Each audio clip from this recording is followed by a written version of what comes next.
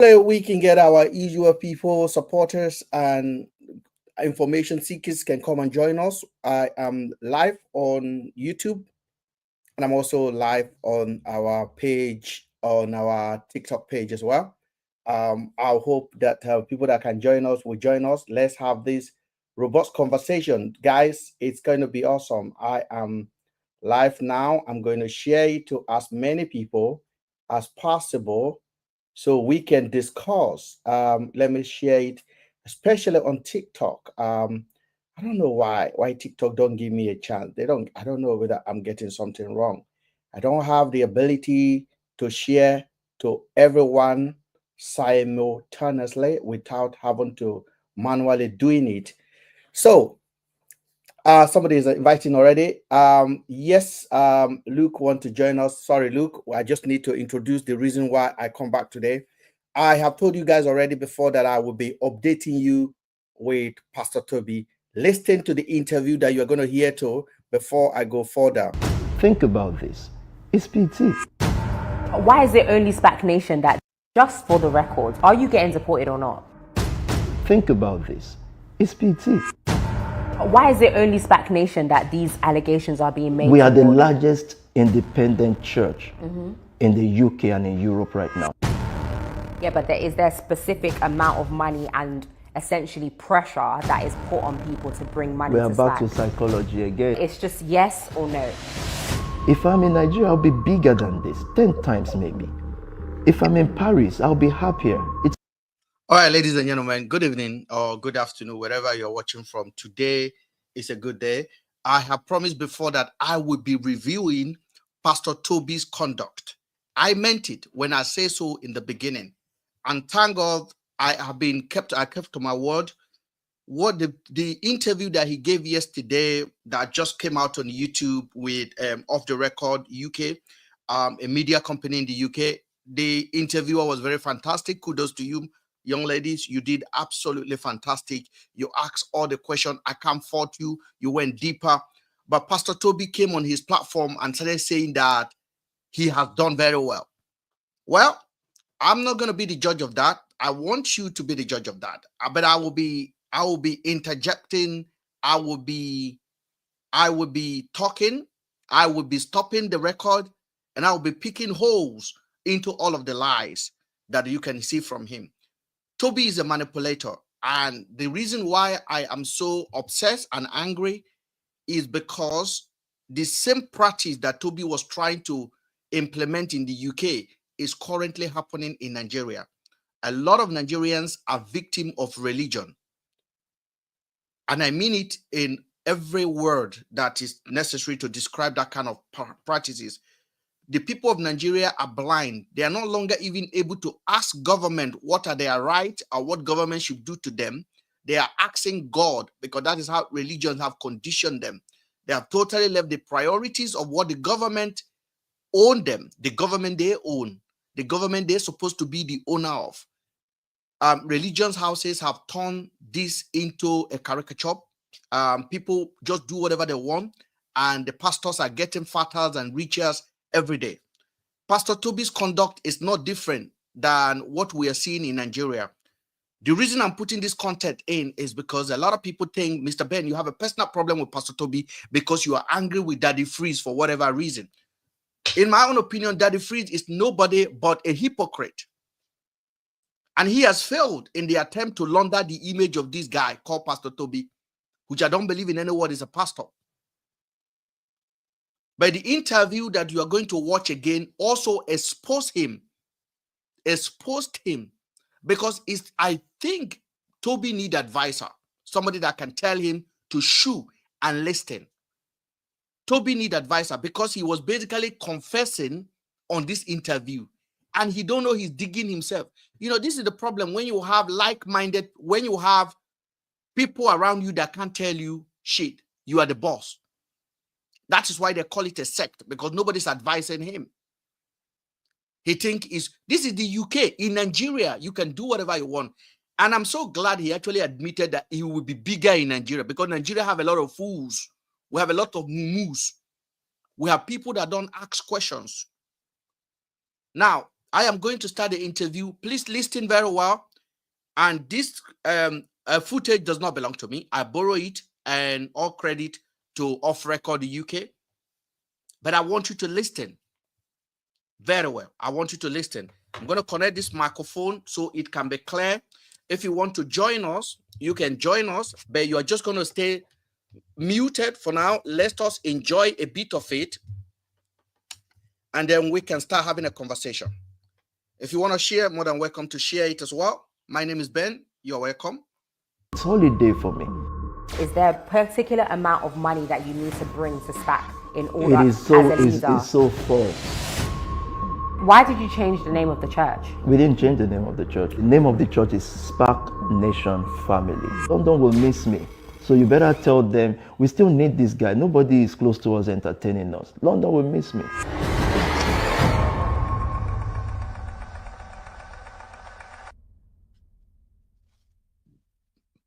He just said that he's entertaining London. London is going to miss him. So he's an entertainer. He's practically not a pastor. I mean, I don't know who is advising this guy. It's so funny. Let's go, guys. Welcome to Off the Record, a platform for individuals to speak their truth, discuss their thoughts, and own their stories. We will be having candid conversations, dissecting various events, asking the questions we're all eager to know, and hopefully coming to graceful conclusions. I'm your host, Mire Oni, the one and only. Let's get into it. Today, we are joined by a man who is no stranger to the limelight for his extravagant lifestyle and his unique way of doing things. Welcome to the show, Pastor Toby. Hello, hello, hello. Hi, Mayday. Hello, how are you? I'm good. How are you? I'm very well, thank you. Thank you for look joining well. us. For those of you guys on TikTok, you can just hear it because of TikTok. Policy, I'm not able to show the video here, but I've just asked TikTok to give me my stream key. Hopefully I can get my stream key as soon as possible so we can be able to broadcast clearly to you guys as well. So when the video is being played on YouTube, then you guys can also see the footage directly. But in exercise patient, I hope it's clear enough for you guys to hear, especially those of you guys on TikTok. I'm happy to be here. How was your journey here? It was very smooth, Yeah. and I'm happy to be here. I think How do you want me to address you? PT, Pastor Toby, Yeah. whichever. Okay, cool. Now, he called himself Pastor Toby now. So please, nobody should ask me, stop calling him Pastor Toby. He said that is his name. In this country, if somebody say his name is Michael and you can see Angelina in his name, in his face, you have to call him the name he preferred. So let us refer to him as Pastor Toby. We're just going to get straight into it, yeah? Yeah. Is it true that you're cousins with John Boyega? He's my family member. Yeah? And John Boyega's dad, he was a pastor, right? He is a pastor. He is a pastor, okay. Yeah. So is that where you got the idea to start a church? No. No. My dad is a pastor as well. So we come from a large family of pastors and leaders. Be it myself and many of my cousins, their fathers and mothers, sometimes brothers. We're almost all pastors. But guys, is it not funny that we have never seen Pastor Toby with John Boyega? A lot of you guys, if you don't know who John Boyega is the guy that featured in Star Wars movie. He's a Hollywood megastar. I have never seen the picture of them together. And I don't want to start attaching. What do you think John Boyega saw that refused, that have made him to stay far away from his cousin? What do you think John Boyega have seen that have made them to stay far apart from each other? I have never seen a picture of John Boyega with Pastor Toby. Not even on his mega birthday. You could have seen a Hollywood superstar. I told you guys the last time that this guy is so fraud that Black London superstar, musicians, footballers, they are staying away from him. Why do you think they're staying away from him? Why do you think his only friends are from Nigeria? Davido, Obi Kubana, E-Money, all these people. And on his mega birthday, you did not see Tiny Temper there, a Nigerian. You did not see Lewis Hamilton. You did not see Anthony Joshua. You did not see all of our celebrity that we know in the UK that represent the black community. When we talk about celebrity that represent black community, like Stormzy, like all of these guys, you did not see him there. In short, you did not even see John Boyenga at his birthday. But you have people like Davido, all the 30 Beach gangs, Israel, DMV, and all of these clowns, he shipped them from Nigeria to come to his birthday. Is he not telling you something, that something is really wrong underground that this superstar knows about, that they don't want to identify with him? They don't want to join him. They don't want to go for a walk with him. They don't want to attend his birthday. They don't want to go to his church. Don't you think something is wrong? I don't know. But I do. That's why I'm telling you that I will not be attaching or trying to make him and John Boyega like one. They are not. John Boyega is a decent guy. Never had nothing negative about him. And Pastor Toby is not about to bring negativity to this guy. This guy have already distanced himself from this guy. You have never seen their public picture together. But all I can see is that when they were growing up, they were in the same room. It was John Boyenga's father that he came to visit in the UK, or the man that gave him an invitation in 2005 to come to the UK. And by the way, I have taken my time to go to the Home Office record and also the tribunal report. I have read everything. And under the report, if you read it, it's large file. But I took my time to go through it. The Home Office cannot verify authentically that this guy entered the UK in 2005. There is no evidence that he entered the UK in 2005. The report is there. I read the immigration report. He told them that he entered the UK 2005. But under the Home Office, I think Pastor Toby did not provide a passport. He did not provide the stamping. I read the report. The report is long. It's quite a lengthy report. You got to take your time. But I took my time to go there and read the report. The Home Office said they cannot confirm that Toby has not demonstrated that he came to the UK in 2005, as he claimed. So that means there's a missing passport. The record of his entrance into the UK cannot be seen. However, I don't know if he's got a visa in Nigeria to enter the UK. But you know how Home Office work. You can be here for 5 years and you want to claim, you say you lost your passport. They say when you enter, you begin to dab your way. You probably come through Paris. You come through any other country. You come through van into the country. And then you can tell them. I don't know. But I read the report because before I put my chest to be sharing this story, I have to get my fact in my hand. And I can tell you, I see one when I see one. This guy has no sense. Let's go. That means you've always been a believer then? Oh, yes. Yeah. I preached my first message at the age of 8. Yes. I recall you saying that in one of your interviews. Absolutely. Yes. Did you always want to get into young people ministry specifically? I've always, in my dad's church, I was the leader of the youth committee. I've always been interested in making sure that young people can live a fulfilled life, love God. I don't know how many Christians are here. I know a little bit of Bible. I know a bit of Bible. I've read a bit of Bible, and I know a bit of scripture, and I know good preacher when I see one. Now, how many of us can tell us that Toby is a preacher? Toby is not even a preacher. He's not good at preaching. He can't preach. He can't even construct his word. He cannot connect the Bible to his messages or connect even passion to his messages. When I mean passion, like a preacher, he doesn't quote Bible because he don't know it, not because he don't want to quote Bible. So he used this designer clothing that he's wearing to blind all of the people that followed him.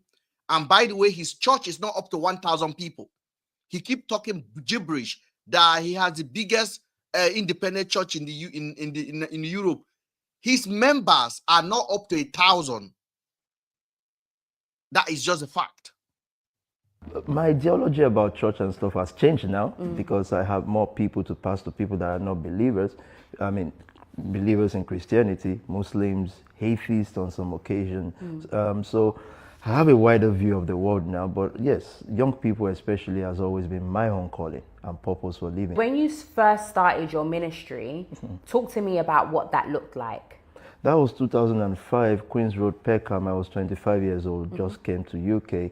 I didn't want to start a ministry because I never planned to live in the UK. I came to the UK on my way to the US, but I had my cousins, brothers here. I thought, let me.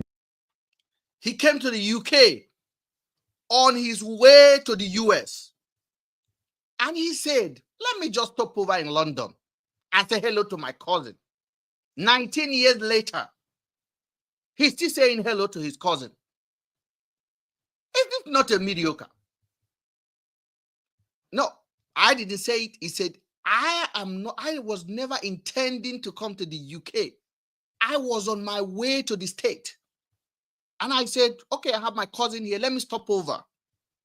As a boy, because the last interview Pastor Toby gave, he said, I entered the UK as a boy. And they asked him, how old are you when you entered the UK? He was 25 and he was a boy. Guys, a lot of those of you on TikTok, I want you to keep tapping the screen for me, please. It's very, very important. I'm not asking you to gift me anything if it's not your intention, but at least to tap is free of charge so that TikTok can recommend, and also TikTok will know that we're not frozen. I am begging you to do this for me. Support media, independent media, Nigerian origin media that say it the way it is without hiding. All I need is tap, tap, tap, tap, tap, tap, tap. Okay, that will appreciate that. Now he said he's on his way to the US and he branched over in London. Let's listen to him more. Be with them for a few months, but Queens Road, Peckham was so rough. You're talking about.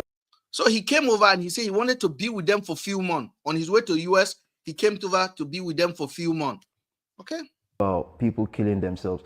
I come from Nigeria. I hear about crime. I saw it in Queens Road, Peckham.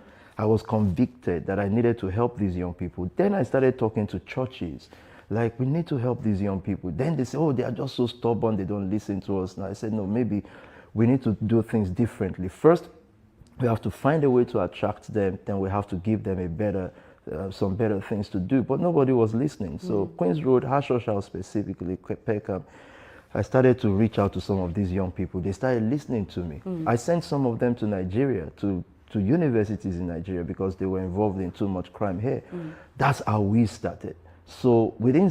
Now, he started 20 years ago in 2005, according to him. When he first came, he wanted to stay for a few months, and then he started hearing how the young boys in London were basically killing themselves, and he decided to start. And he started sending people to Nigeria to go and study. First of all, this guy have no job. Second of all, this guy have never worked. This guy have no document to work. Zero. This guy have no document to work. This guy probably have no national insurance number. How did he manage to send people to Nigeria to go to university? You see, this is where when you are not smart and you are proving you are smart. When I see Pastor Toby flashing all of this luxury stuff that he's doing, the only thing I see there, I see somebody that is empty, somebody that's crying. I can understand his frustration.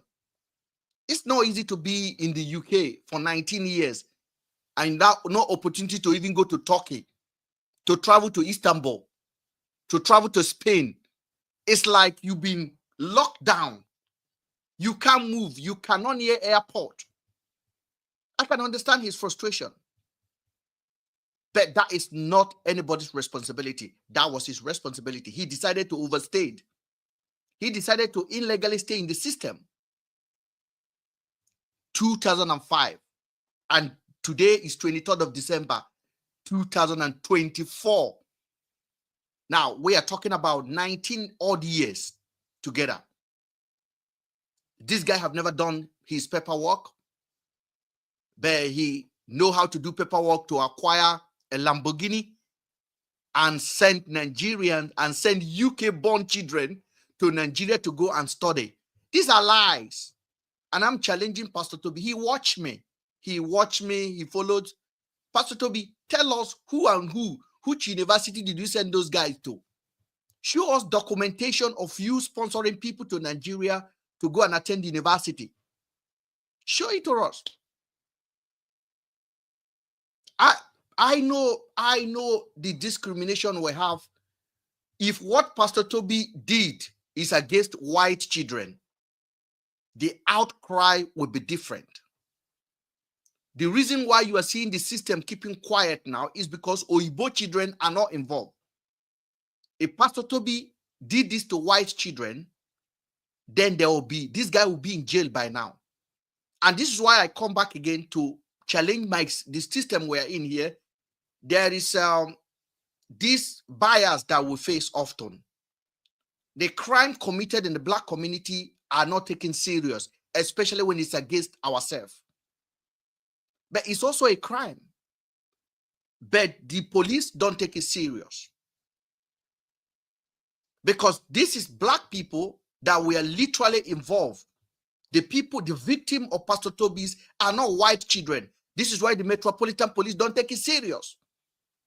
Because if there's 10 white children complaining how a Black guy basically hold them ransom and make them to take credit, there will be a different outcry in the society. It is their crime. Leave them. Let them clean it among themselves. Let them destroy each other. Bad publicity for us. And that is why I'm personally writing a petition on this matter to the Foreign Secretary. And I'm also writing as well to relevant department to make sure this case don't go unnoticed. And I'm going to put it there that I think there's a racism involved for them not to investigate this guy. A mother reached out to me on my TikTok and told me her daughter was a victim of Pastor Toby. But they are scared. They live in Hackney because they could be stabbed. There's a lot of intimidation underground going on with Pastor Toby and his crew. But I think it's about to be exposed. And for those of you guys that are writing me personal DM and telling me, Mr. Ben, you really don't like this guy because of Daddy Freeze. No, Daddy Freeze is a fraud on his own. So Daddy Freeze is a fraud on his own. I leave Daddy Freeze there on his own. And if you are coming to attack me because you call yourself 30 BG, Davido supporter, you are such a stupid person. There is no way Davido should be identifying with this guy. But Davido being a clown, travel all the way from Nigeria to come and play for him on his birthday. For what? And when we are talking about you are calling yourself 30 BG and you are coming to attack me on my platform. Go and create your platform and defend yourself. Or come online with me and debate me. Let me educate you how things works. The system that made us to leave Nigeria, that is so down that we ran away from the country. Somebody is trying to implement that system here. You expect us to keep quiet.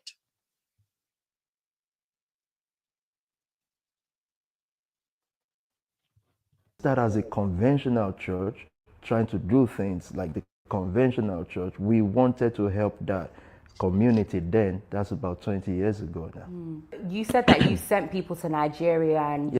So you can hear, because I like to go with fact. About 20 years ago, he said he started it. 20 years ago. Now, it is practically impossible for Toby to enter the UK illegally, because these are the facts. Because as I told you, he said he came in 2005. That is the interview he gave to the immigration. But the immigration record is there. The report are there. that Pastor Toby did not even demonstrate. They cannot confirm whether he entered the UK in 2005. He could have been here longer than that. He could have come in a different person's name or different person's passport. By the way, the report is on Home Office. It's also on the government website. Go and read it yourself.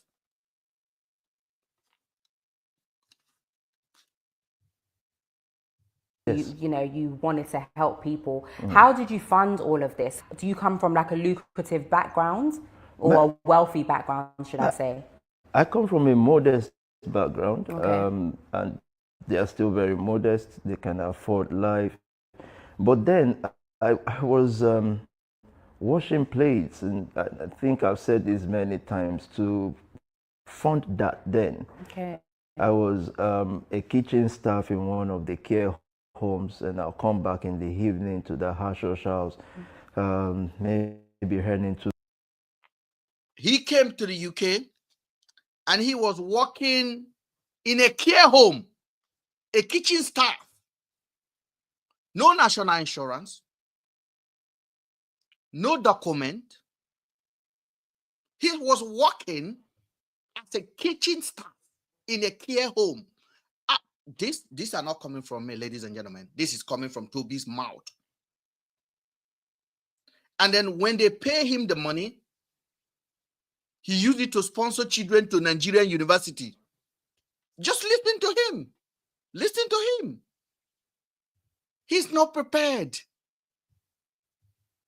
£300, but then not much was needed. They just needed a community. So we buy mollies, chicken and chips, and I've taken Trend Central to that mollies before, just on Queens Road, and I used that to fund that then, and they were listening to me. So sending people to Nigeria means someone involved in crime here, after they've served their time, they need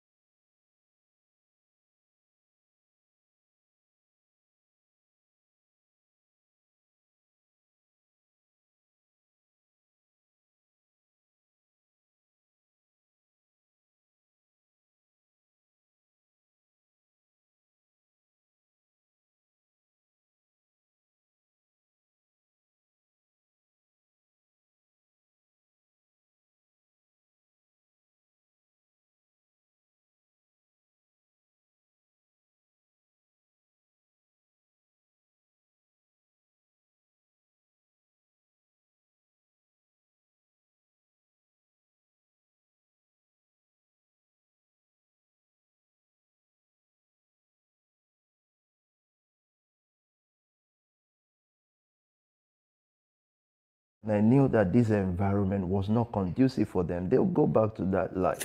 At the time, I haven't created the things they created now, so I don't know what to do with them. And they went to university in Nigeria. They did well, first-class graduates. Now back to the UK. My laptop powered off. You mentioned I'm earlier back. that I hope you can see wanted me. to help the If youth you by suck it, let me attracting know. them, Yes. right? So I'm assuming Okay, you mean need that to in connect. terms of money, right? Either it's money or or the look of it. Okay. Because Okay, guys. that's why they were if you selling can hear me drugs on the on street. YouTube, please let me So know. it's not money like come take money. I think our community lacks inspiration at close range. So you can love rappers and all that, but they're not close to you. What I did was gonna simple. try. Then I wasn't wearing no drip. Then I couldn't afford that. But as we grew and we could afford some things, I knew that that's why they follow drug dealers. And if I'm going to attract them, I have to look like that in order for them to come. Most of them, when they then come, they realize that the message is more powerful than they look, but there has to be an attraction point. Is that why a lot of your, I guess, your messaging is very heavily prosperity based? The funny thing is my messages are not prosperity based. It's just the ones we see online. Well, I don't know where people see my messages online, but if you go on SoundCloud, you'll never hear me talk about prosperity. It's not true. If you go on SoundCloud, you will hear me speak about Christ. You will hear me speak about I'm one of the most hardworking pastors. 5,000 messages on SoundCloud, not one tied to prosperity, not one.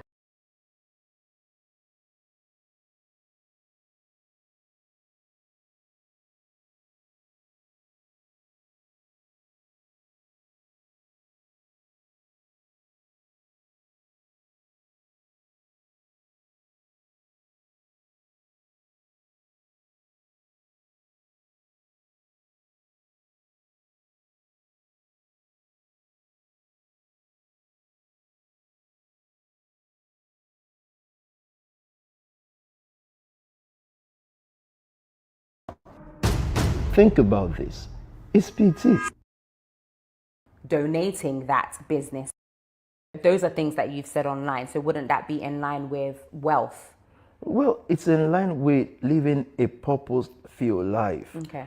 So the definition of wealth will vary from persons to persons. For example, we have our church movement has the largest community of STEM students in technology and science and all that in Imperial College. For those who are there, they don't wear dreams and all these things. They are wealthy because they found a pathway to get into those universities. That's wealth. Those who want to be musicians, they have Limitless, one of our outlets. That's wealth for them. So we're not defining wealth by how much money someone looks like they have or what they have. Fulfillment of purpose is what I'm talking about. And if you check our stories, the people around, you would see that that's exactly what we've been doing 20 years now. And this is your overall goal? That's what we stand for, and that's what we've been achieving. You mention all the time that you've changed people's lives, and there's evidence of that, of people that are part of your church and things like that. Yes. You speak about this online often, especially in your interviews. Yeah. It doesn't negate the fact that there have been multiple allegations made against SPAC Nation, Right. Against particular members, leaders in your ministry. Right. So I want us to kind of talk about that, because there have been allegations in regards to coercion into getting loans out, benefit fraud, etc., etc. Obviously, these are serious allegations that Right. you specifically have denied multiple times. Right. But there's usually no smoke without fire. So where do you think that these allegations are coming from? Now, I've heard there's no smoke without fire now for about 5 years. We've been asking the public. We've spoken on BBC. We're speaking here now. Show me the fire. As in, you cannot keep alleging things. If it's 6 months, I get it. But this is 5 years after. 2022, February 10th, the police themselves said that haven't revealed these things submitted to them. And remember, this was not submitted in a corner. All the so-called allegation presented it on the sacred floor of the parliament, to the parliament, and they read it. They submitted it to the Minister of Internal Affairs or something like that, who submitted it to the police. The police came back on the 10th February 2020 that haven't considered and reviewed these things, that they have no weight for them to even open investigation. How ridiculous. So we're saying that if this is not racism, normally that MP should be apologizing now. Maybe they don't apologize a week after, a year after, it's 5 years now. Has the police questioned anybody? Has anyone been invited by the police 5 years after? On a popular case like ours. We think it's unfair to continue to work in allegations without fact. We want to fix those issues if they exist. But how can we fix something that no one is showing us where the fire is? What you're saying, I understand the path that you're going down, but could it now be, if we look at the other... If I want you to listen to the next question this lady is asking, it's very, very important. Oni is a Nigerian. I'm a Nigerian. Oni will ask a question like a Nigerian. And she will ask the question because we know what this guy is hiding. As a Nigerian, we know it. Omi, the lady interviewing Pastor Toby, know exactly how Pastor Toby has been able to be inventive of the system. But it's cracking. It's cracking. But you hear how intelligent this lady put the question back to him again. And you can see Pastor Toby, his content and change because he knows exactly. We know how this game works. Just listen. Other side of it, could it not be a situation where you guys have just cleaned up your tracks really well? You can't clean up your tracks with, this is UK, this is not Africa. We were not preparing for all those noise to happen. So how clean can we be? We are just a young organization who, by the way, I'm not saying we're perfect. There would be mistakes. But if somebody alleges things like safeguarding issues, like sexual harassment and rape, they will pay in court. They are all in court now. They are all running out because those are strong allegations.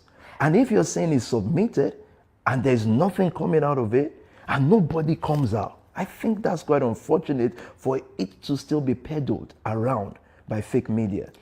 If a member of your congregation was coerced into opening a business, Listen to the question.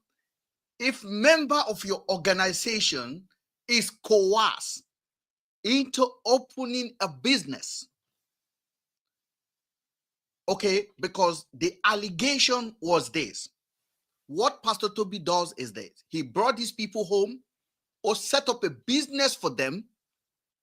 Then they will ask them, they will be the director, not him. The young person will be the director of the company. Now they will apply for loan for him on his name or on her name. Sometime when you open a business account, you get a grant. You get 20,000 or you get 5,000 overdraft, 2,000 pound overdraft. What they do, according to the mother that spoke to me, when Pastor Toby put you in this accommodation, the first thing they will do with you is to help you build your credit. Okay? They will build your credit for you. If they check your credit and they know that your credit is not up to the standard they can get a substantial loan with, they will help you build it. Now your credit is now up to the standard, what we'll call the green zone. They will help you secure a job. So you are working. You live in their accommodation. They tell you, don't talk to your family. They cannot help you. What nonsense have they done with their life in the UK? A family. And then they mentor you. It takes about 3 to 4 months, 6 months for that credit you have to be matured. Then they open a business account for you.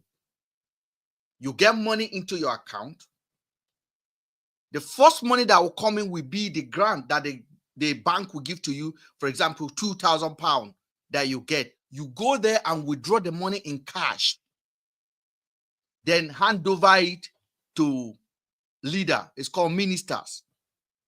A young minister. Hand over the money to them. That is their first payment.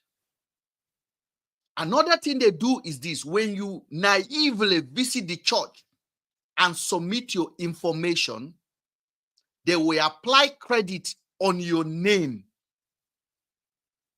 The money will come.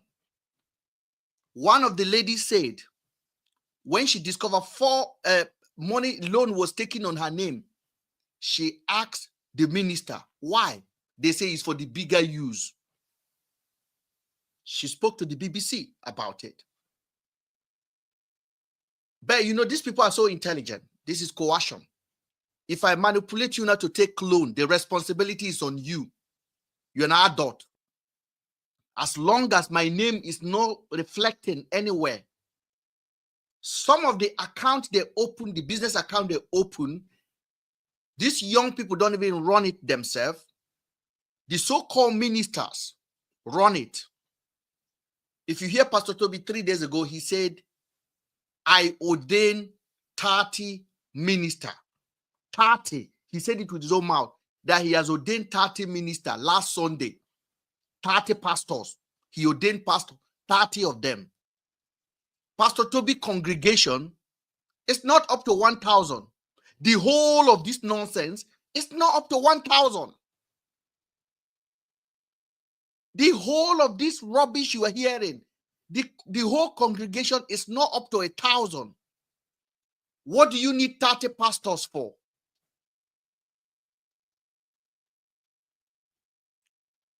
Have you heard the word court?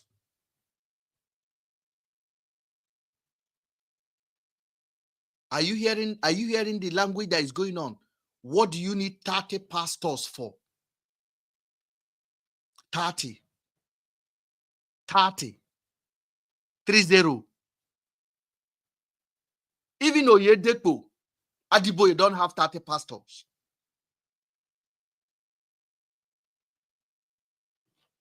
I'm just being real here.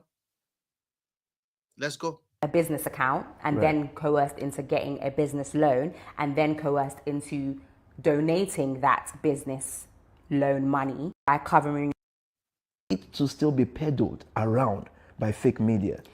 If a member of your congregation was coerced into opening a business account and then coerced into getting a business loan and then coerced into donating that business loan money, that would just look like a donation as opposed to this person's life being ruined. So that's what I mean by covering your tracks, because essentially you're not going to have the proof to show that you took that money. Okay, so somebody can just sit down and use the word coerced because isn't that dubious on behalf of that person? So all the way you can claim coerced because there's no way also to prove coercion.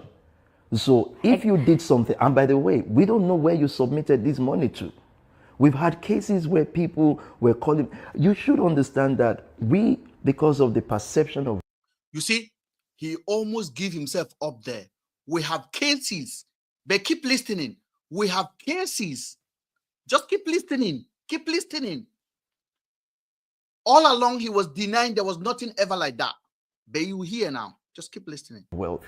We are easy targets of blackmails. Okay. So if someone keeps shouting coerced, so nothing happened, you're just coerced. You as an adult, we're not talking about people below the age of 18. In most cases that I've seen, you as an adult, you were. What did I say now? Once you are over 18 and they manipulated you to do anything like that, it is on you. And some of these people, they feel dumb. They feel duped. They don't want to come out and start expressing themselves, because when you are looking at it, how you are manipulated to take loan out and hand over it to clowns like this, non-charlatans like this, you'll be ashamed of yourself. Sometimes you just want to move on. Then you have intimidation tactic going on in Hackney, in Peckham. Your mother is still in that environment. Your brothers are still growing in the environment. Toby is showing that he is a crook.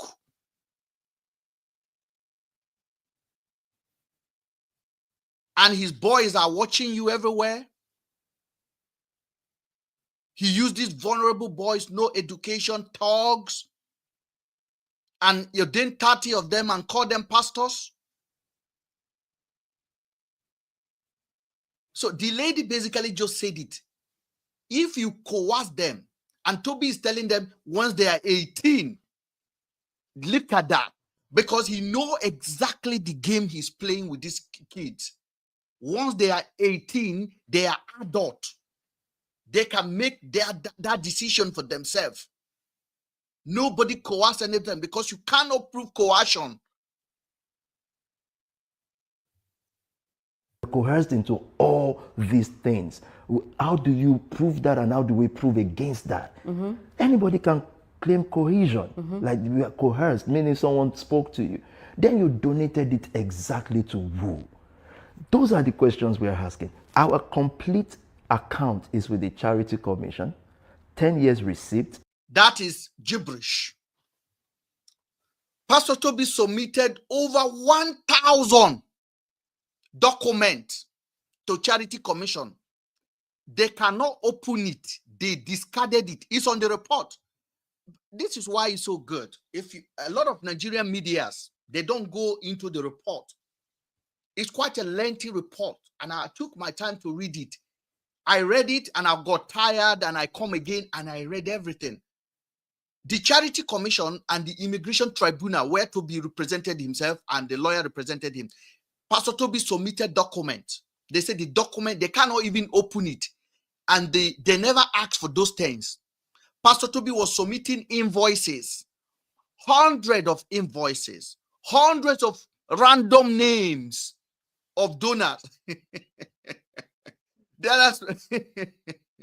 Hundreds of names this guy was submitting to the charity. So they said it there that they cannot open it, that the file he sent to them, they cannot open it. But Toby is going on the media and say, I submitted, received 10 years worth of invoices, 10 years of this. But you are submitting gibberish. You are submitting rubbish. It's written there. And he got the report because he knows that Nigerians are lazy. We are not going to take our time to go and read it. We just sound bite. It's not a lot of social media guy that will come and sit down and actually analyze it step by step and picking a holes on all of the lies that is coming. I do it because this is what I do, basically. But he is telling you now, I submitted all these invoices to them. Why are they not charging me? It's coming, oh. Me, I know UK. Oh. It is coming. Including names of donor. In other words, if we say we... Including names of donors. I want you to pick that word and just pin it down somewhere, because we are coming back to that in this same interview. He said, I submitted names of donors. You don't need to submit names of donors. If it is a real charity that you are running, it's an automatic format. It's like me going, I recently run a GoFundMe and people donate there.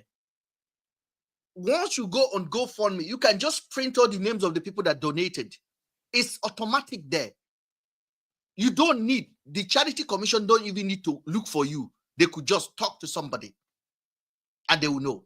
But the reason I ask you now to pin it somewhere is Pastor Toby is coming back to confess to you how he raised money. You will listen to a true confession of a crime. You will see it. It's here. Because Toby is the typical Nigerian guy. We are smart, especially when it comes to fraud like this. We are very intelligent. But the reason why I'm angry is I know what pastors are doing in Nigeria, and I know what manipulation looks like. And that's why I take it upon myself to basically make sure this guy accounts for all of this. He has addressed me directly. He has called me, he has called us jobless Instagrammers or TikTokers. But I want you to listen. Just keep listening, guys. 2 million this year. How we got to 2 million is with the Charity Commission. If they are not racist, they should come out and say what I'm saying now is not true. You keep mentioning things about racism and, that they're targeting wealthy black men, but you rightfully just said you can't prove coercion. Right. So now you've said the police didn't have a case against you because realistically they can't prove coercion. Right. That doesn't mean that it didn't happen. That doesn't mean it happened either. Yeah, but if there's detailed accounts of various people, not just one or two or three. My people on TikTok is a little bit different than YouTube. Those of you guys on YouTube, you can make a comment. TikTok, tapping is their food. I don't know what that is, but tapping is their food, because currently the screen will be frozen and no interaction. So the interaction TikTok algorithm want to receive is by tapping or gifting or whatever, just to make sure that TikTok know that we are being active. We have over 50 people here, and I know you guys are enjoying it. That's why you're not wasting your time here. If you can manage to just tap on your phone, I will really, really appreciate it. way more than the gift, way more than anything else. Thank you so much. Multiple people coming up with the same story. Yeah. I don't first of all, I think young people are very difficult to deal with, and most people watching me will know that's the truth. Okay. So coercion cannot be proven against or proven for. Most times it is emotion based. We actually think that it was BBC that taught these people the language to use because they know what will work. Because how do you justify yourself against coercion? But what we're saying is, where did you submit this money to who, so that that person can be sat down with and say, who did you now finally give it to? And so two people can sit down, do a money deal and put it on Spark. That's what's been happening. Otherwise, show us who. How can you not be able to point to Mrs. So? Two people can sit down and do money deal and put it on Spark. When you hear the MP talking in the parliament, the MP said that this man will nominate leaders that will be mentoring these young people, leaders that will be talking to them, coercing them. He said two people can sit down and do money deals and put it on Spark Nation. But the question is this: where that money ended is the objective. Just listening.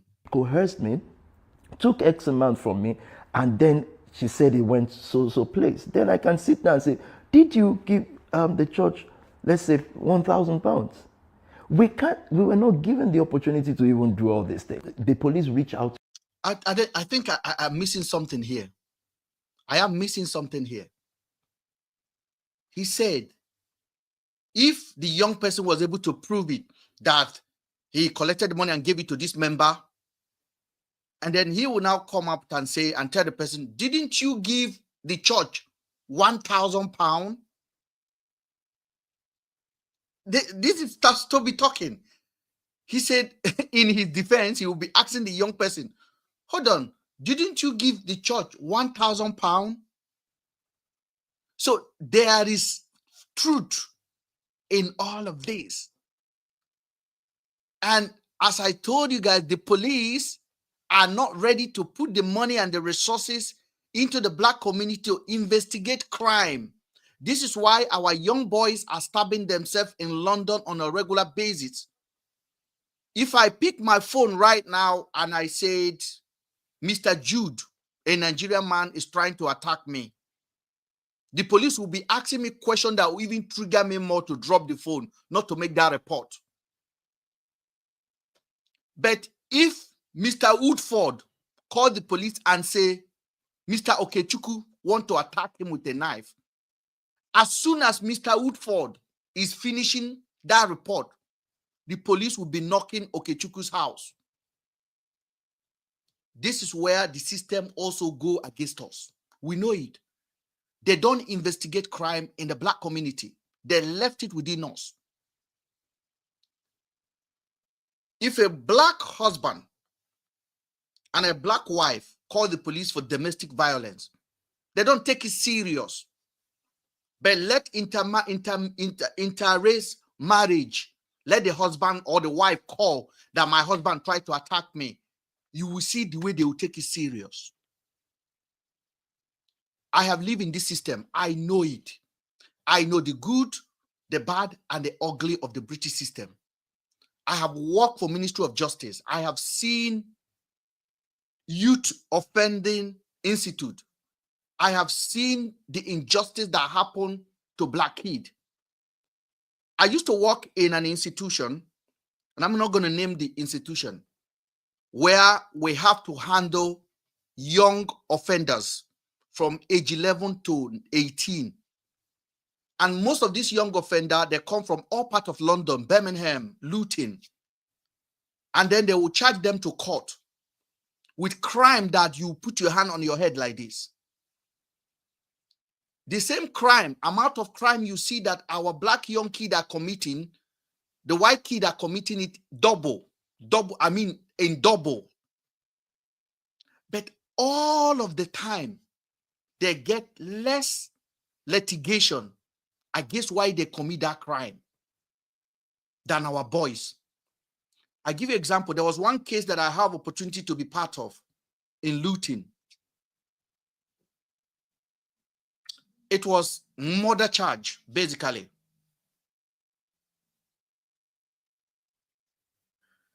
I don't want to talk about it, but I have seen it myself. I have seen injustice, and I have seen bias justice system that goes against our black kids all the time. I have seen it. I have seen it. They don't take our crime serious. They don't take what happened in our community serious. You have to demand it. You have to literally ask the police, investigate this.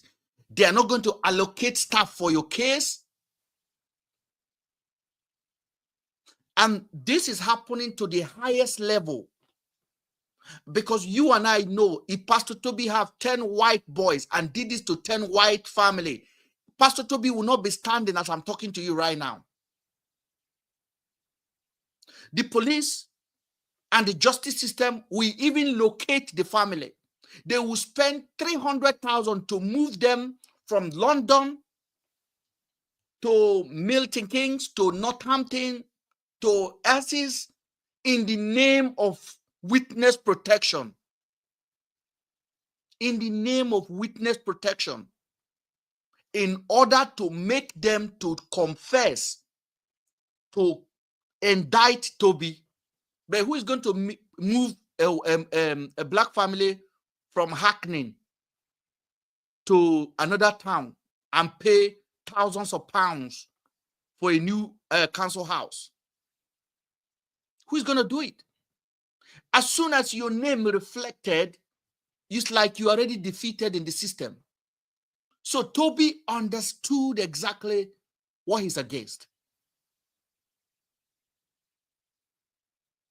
So the justice system is already biased towards our crime.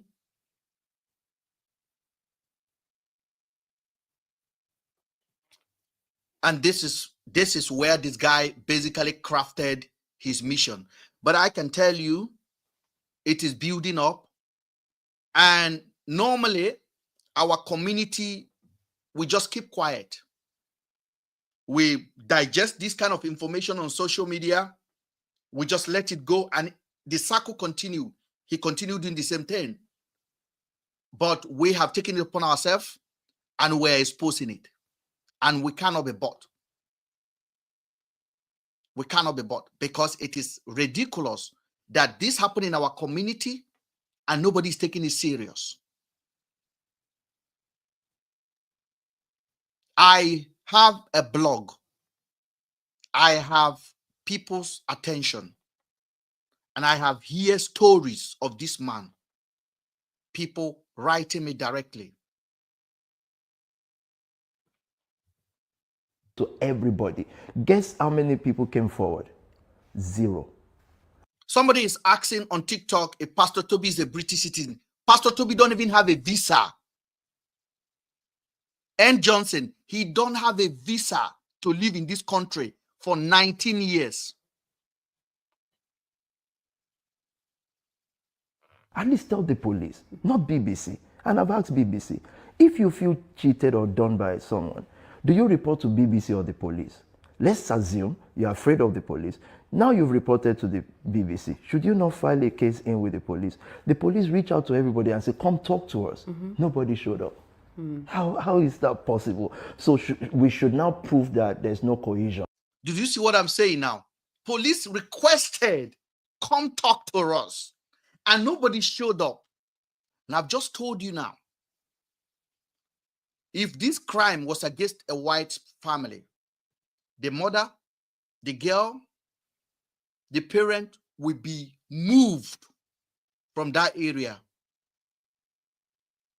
And the government will pay all the money. The police will do the recommendation that we want to get this guy. But in order to get this guy, we need to move this witness to a different county.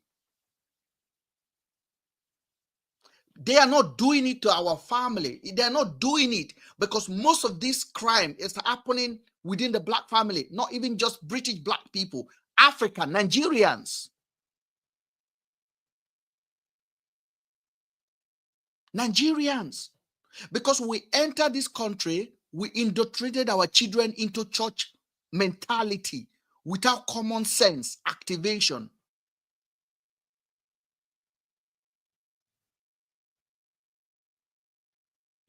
I recently give you a simple story. My baby mother is white. My daughter told me one time they went to see a pastor because they were returning back to school. And the pastor in the living room, they were sitting down. And the pastor asked her to kneel down to pray for her. And my daughter thought, this is crazy. If you want to pray, just pray. I don't need to kneel down. So my daughter did not kneel down. My daughter told me about it. I had to go and speak to the mom. I said, never ask my daughter to kneel down for any man. Any man. Because you want to pray. Which prayer do you want to pray? Are you paying the school fees? Are you giving the student loan? And you are asking a teenager to kneel down. So my daughter being aware because of the indoctrination I've given to them, being aware of who she is, she refused. And the mother have to apologize. I said, how do you feel?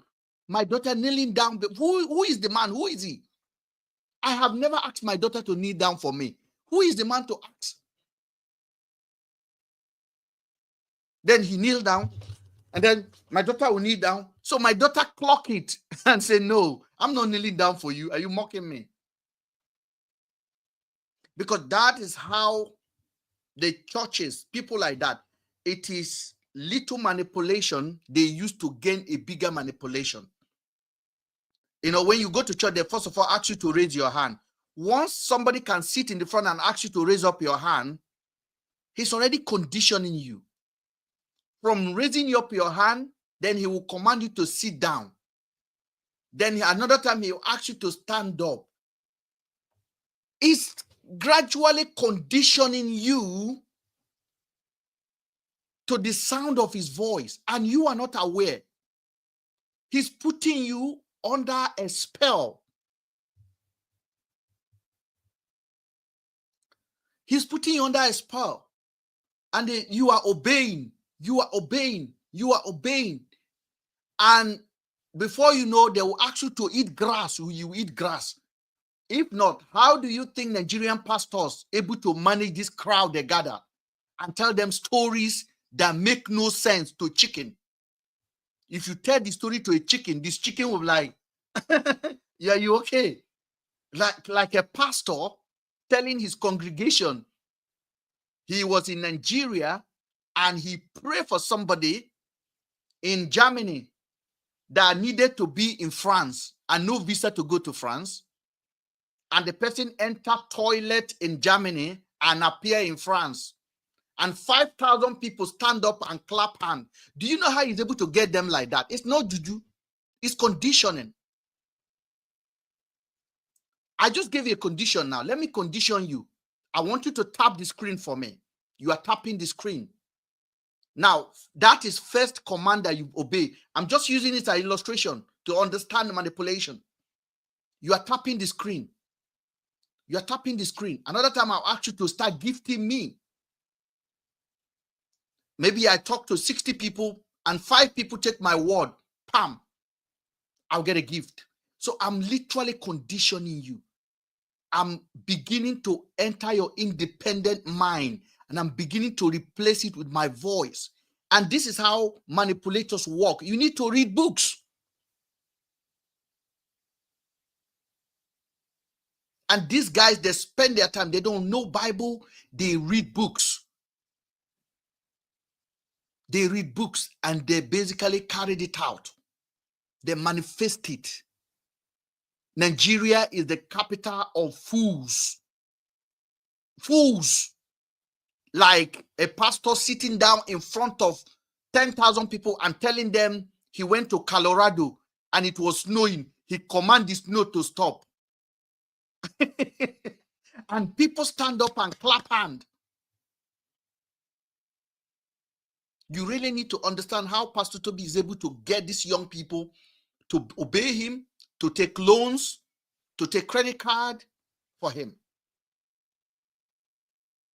We are going to go into that because the reason I am doing this is for posterity. And because of that clown called Daddy Freeze that believe that he knows Bible more than anybody. His best friend. How do you prove that against or for us? There's one of your leaders, I'm not sure if she's one of your leaders anymore, Miriam Muller. She's absolutely. Miriam Muller has 27 conviction. Miriam Muller had 27 conviction of serious fraud in this UK. Is a leader that is leading those women. Just listen, Absolutely our leader. 100%. So there's clips of her online, this is Doing facts, of saying things like, I control my people's finances. I tell them how to spend their money. This is not my words, her words. It's online. Right. So this is an example of somebody saying with their own mouth that they're coercing people into how to spend their finances. No, that's not. She didn't say she coerced them. She said she said, no one's going to spend the money until I tell them how to spend it. Let me tell you, the person. See, Miriam was basically saying this, that, and this is a leader in Pastor Toby's church, where these young women are housed. She's their leader, and she has 27 conviction on her. So you need to, when I'm telling you that the black community, we don't look after ourselves because we hide our pains and we are doing glory to God every day. So the police don't take us serious. 27 conviction. And then they are housing young ladies. And he said, they cannot spend their money until I tell them. They are not wasting money. I am mentoring them. They cannot spend their money. So they have taken their liberty of making decisions for themselves away. And Miriam, who has 27 criminal record, is now commanding somebody who probably have no criminal record how to spend their money. And Pastor Toby is saying he's a great leader. I mean, I want you to tell me. You just referenced now, has built 3-4 businesses in this nation, contributing to the economy to this very moment. Economy as in SPAC economy? No, the economy of the UK. Okay. Good businesses. I love this lady. I really love Oni. Oni basically say, oh, contributing to which economy? SPAC economy? Or and then this. There are people in our house, they are doing well. You're talking about people that have been sent to school. You guys need to understand the difficulties of dealing with young people who run away from home. What finances did they have? If you're saying, she said, I control the finances, what finances do they have? Anybody should come out and say, oh, she told me to take loans. When I told you, when the lady said, I control the finances, when I told you that once you come into the fold, the trap house, and they see that you don't have credit, they help you build your credit. And they will loan something against your credit you built. So when Miriam is telling them, I control how much they spend, what they spend on, it's exactly what I am telling you that they were doing. It's exactly what I'm telling you. It is exactly what I'm telling you. At least someone should have by now. Do you know how many people that are now doing their master's degree that are now top officers in UK because this lady opened her home to raise these people? Then we are saying, how can you see this talk online and not see the other side? Media is not supposed to be biased. It's supposed to be report and allow people. She is a strong leader. She has raised people.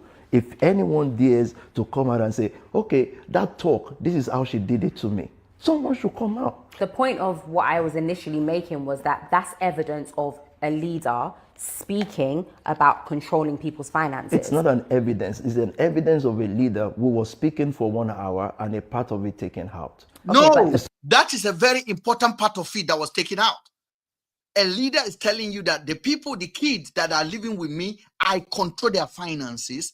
I make sure what they spend their money for, what they do. What is the purpose of that?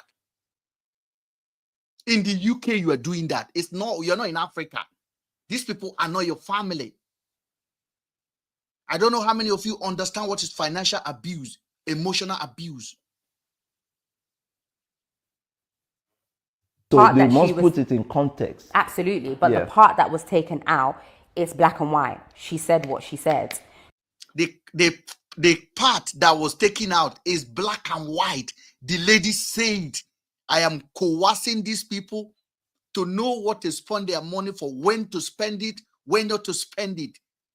Even the government cannot tell you how to spend your benefit money. The government of this country cannot tell you how to spend your benefit money. That is the freedom we have. So is that not evidence of... None of them reported to us. We do have leaders review almost every month. We do make sure that those houses are free houses. People can speak. We built a policy where people can speak to us. None of the people, so-called people, complained. None of them. So what should we do? So you say things like, oh, people don't speak out and things like that, right? But in specific organizations where there's hierarchy and things like that, sometimes it's not easy to speak out. So just because somebody doesn't speak out doesn't mean that it's not happening, because sometimes you might be intimidated by the leaders or you might not feel comfortable to speak out. That doesn't mean that it's not happening. That would then mean that the leader is not encouraging that atmosphere. We encourage the atmosphere of speak out. But it still means it's not happening. No. Once you encourage the atmosphere of speaking out, after that, what else can you do? So let's say the atmosphere isn't to speak out. Does that mean that it's not happening? The atmosphere we create is to speak out. The atmosphere we create is to tell them a leader cannot lord it over you. Our whole vision for this work is to raise people with a voice. I want you to just tell me, when you look at Pastor Toby naturally, do you see Pastor Toby approachable? He's combative. He's constantly being defensive. He doesn't believe that he doesn't know jack shit. Okay, he think another lady was talking, he said the only vision they want you to see is Toby's vision, nothing else. Now, Toby is even talking over the woman that, I gave them opportunity to talk. You host them in your house. You ask them what to spend their money on, what not to spend their money on.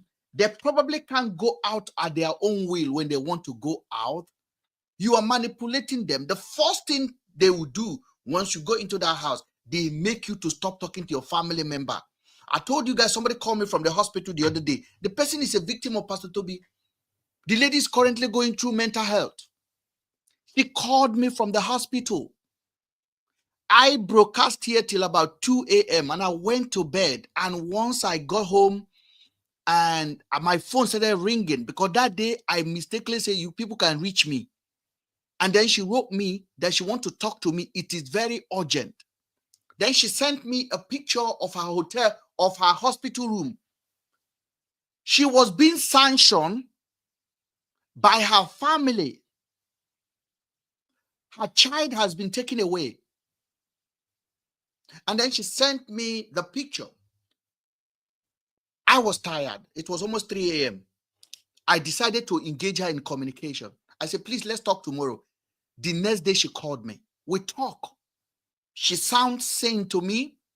She's not sounding mad to me, but she told me her experience. I'm not going to start reviewing much about it because I don't, for data protection. But she told me a lot. A father called me, a father of a victim, of a young lady that was a victim in Pastor Toby's house. A mother wrote to me that, Mr. Ben, you are the only Nigerian that is basically speaking on this non-stop and asking questions. By the way, a lot of you guys don't really understand why I set up a media.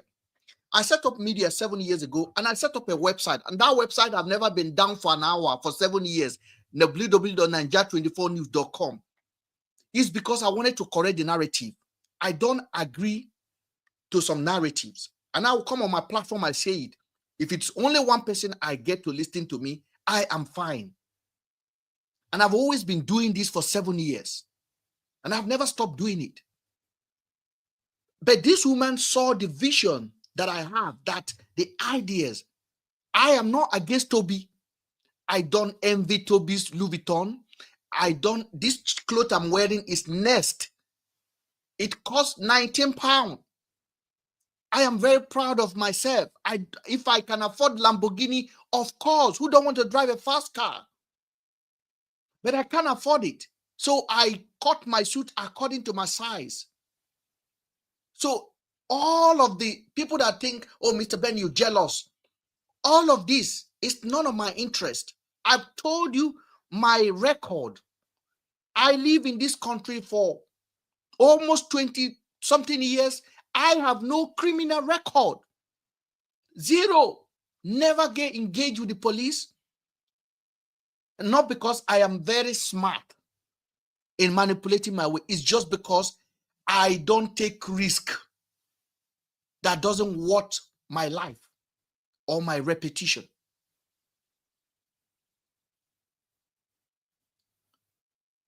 This man, I do not wish him to go back to Nigeria, but he has to go back.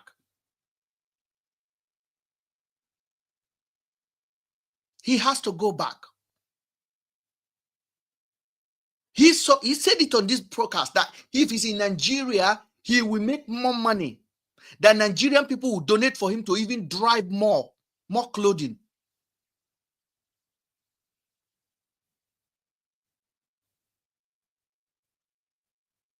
He said Nigerian people will donate more money for him to buy more clothes.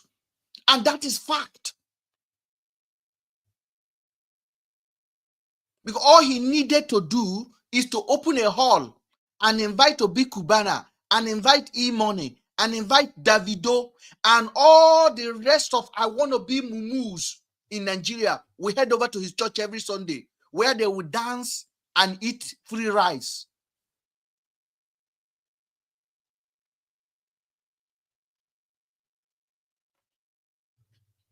Okay. And so in most cases, when investigated, you realize that they were doing a madness in the house. There will be control. There will be, meaning the people living there. Okay. So he said, when the young kid report and they investigate, that means there has been report.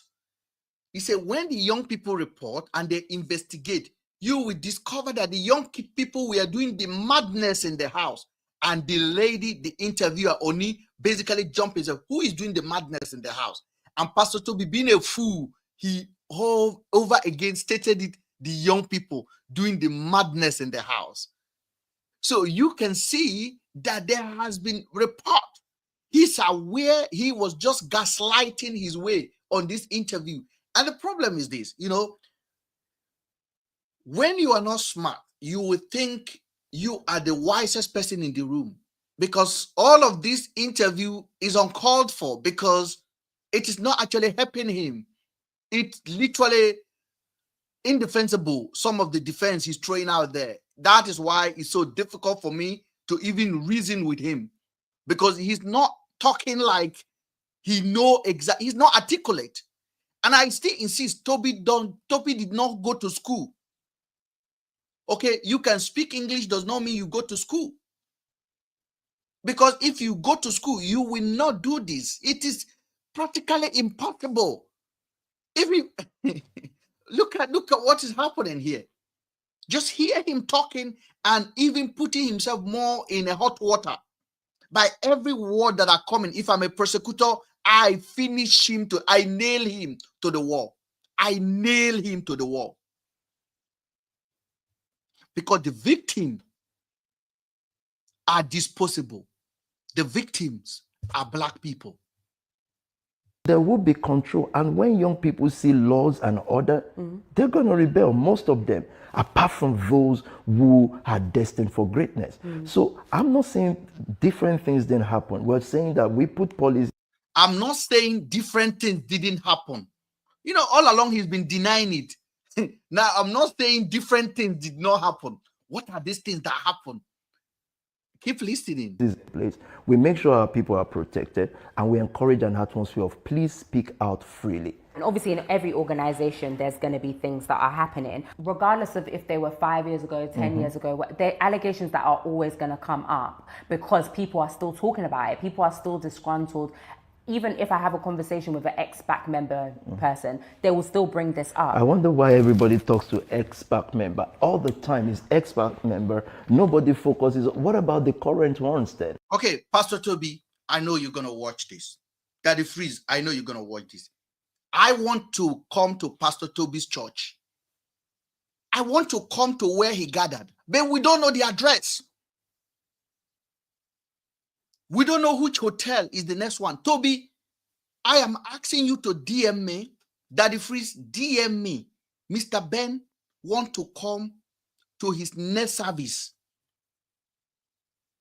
I mean it in open. I come with my cameras. I come with my guys. I want to ask him a question. I want to ask other members questions. But we don't know where he meets. We don't know where this guy meets. On Sunday, we don't know. The next thing you will see a church service today, and you see a beautiful hotel hall. Hotel hall. He claimed he paid £20,000 an hour to rent a hotel hall in London. £20,000. I didn't say it, he said it from his own mouth. That is 40,000 for 2 hours. Those are the invoices he submitted to the to the Charity Commission, and then he corrupt the document that you cannot open it. Honestly, he corrupt the document, you cannot open it. He corrupted. So they said we asked him not to send them because they sent them twice to us, and we can't even open it. So we have no option than to make our decision that this guy is not good for the UK system. He needs to go back to where he comes from.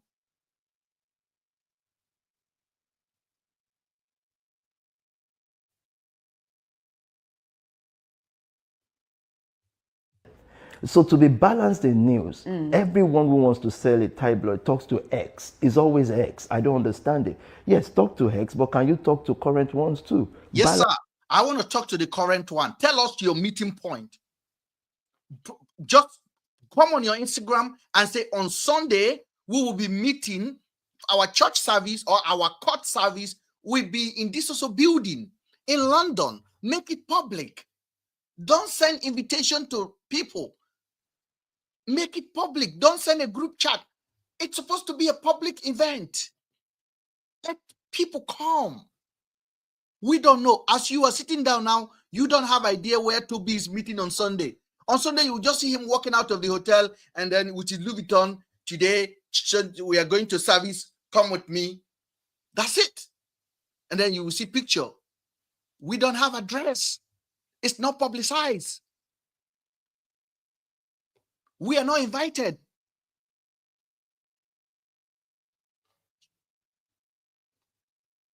These stories.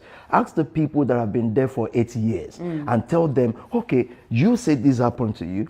There's another person there for 8 years. Did it happen to you? Let's balance this thing. It's okay. Toby, publish the names of the people that you sent to university. Let them come, interview them, put their name, put their Instagram. Let us reach out to them. Let them verify that they were a university complement of you. Or you set up a business for them, complement of you. Show us the business you set up for people that they were successful. That is giving you all these millions. I won't. Always X. BBC talks to X. ITV talks to X. So everybody talks to X. And we are wondering, why though? Like, what does that even mean? What about like people that have come out and given detailed descriptions of what happened and even shown like their credit is damaged now because of things like that? How can that be fact? Why can't it be fact? Why should it be fact? Why can't it be fact? Damaged by who? By members of SPAC Nation. How? What does that even mean? So this is the alleged things that have been said. Right. They were coerced into opening a business We're account. back to psychology again. Well, this is what was said. They were coerced into opening a business account, taking the money out, given the money, and then the payment stops happening. As now a their credits are as a ruined. matter of fact, I think people try to do businesses together. Businesses failed, and Yeah. SPAC Nation is at fault. I According think to the people. I think it's a convenient alibi most occasions. This is the fact, because nobody has. So when we're sitting down saying, "Oh, they came out with proofs," what's proof? Someone is showing their bad credit. So SPAC Nation is the one responsible for every bad credit in this world. How? So they will never have bad credit. People don't have bad credit. People don't make bad financial decisions. People have bad credit, but not at the hands of taking out business loans that weren't repaid by the church, who? allegedly. No, it can never be by the church, and people should be careful what they say, because they will have to prove it in court one day. Okay. SPAC Nation never. People did businesses together. It's a young people's church. We're talking of thousands of people. I got him. You see, people did businesses together. It's a young people's church. People do businesses together. Please, somebody should comment there. BBA, somebody should contribute from TikTok, please. Tell me what you guys think about that. He just admitted people did businesses together. Did you hear that? Hello.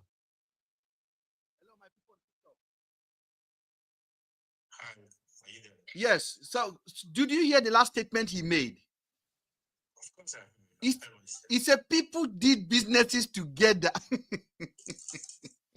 Yeah. There's something I want to say.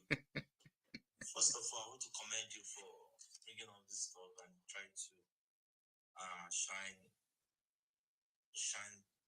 light in the dark places of that guy. You see, I don't know why they refer to him as a pastor, for instance. And secondly, I don't know why some persons are still defending him at this point. But what I want to say is this: he has indicted himself.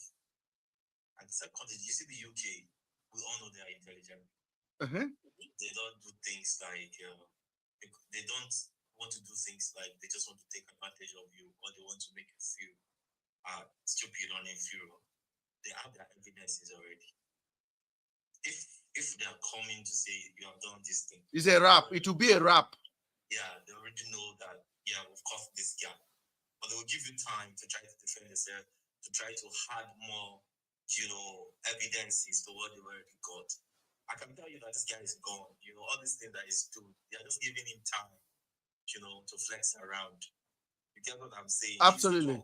It's UK. You don't forget, bro. It's like they have the highest conviction rate. Police will never come for you unless they have it done. Yeah, that's it. They have completed the investigations. They know where to catch you. They know where to go, and they'll give everything you are doing. They are keeping records, and they already know. So he's just trying to defend what's not true. And there's something you should also understand: the devil can also set you up.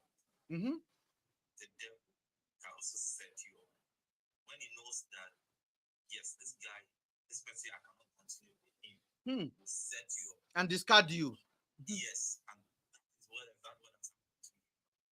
You see that very soon, the big boys will start discarding so that it will not, go overboard and begin to pull other people down.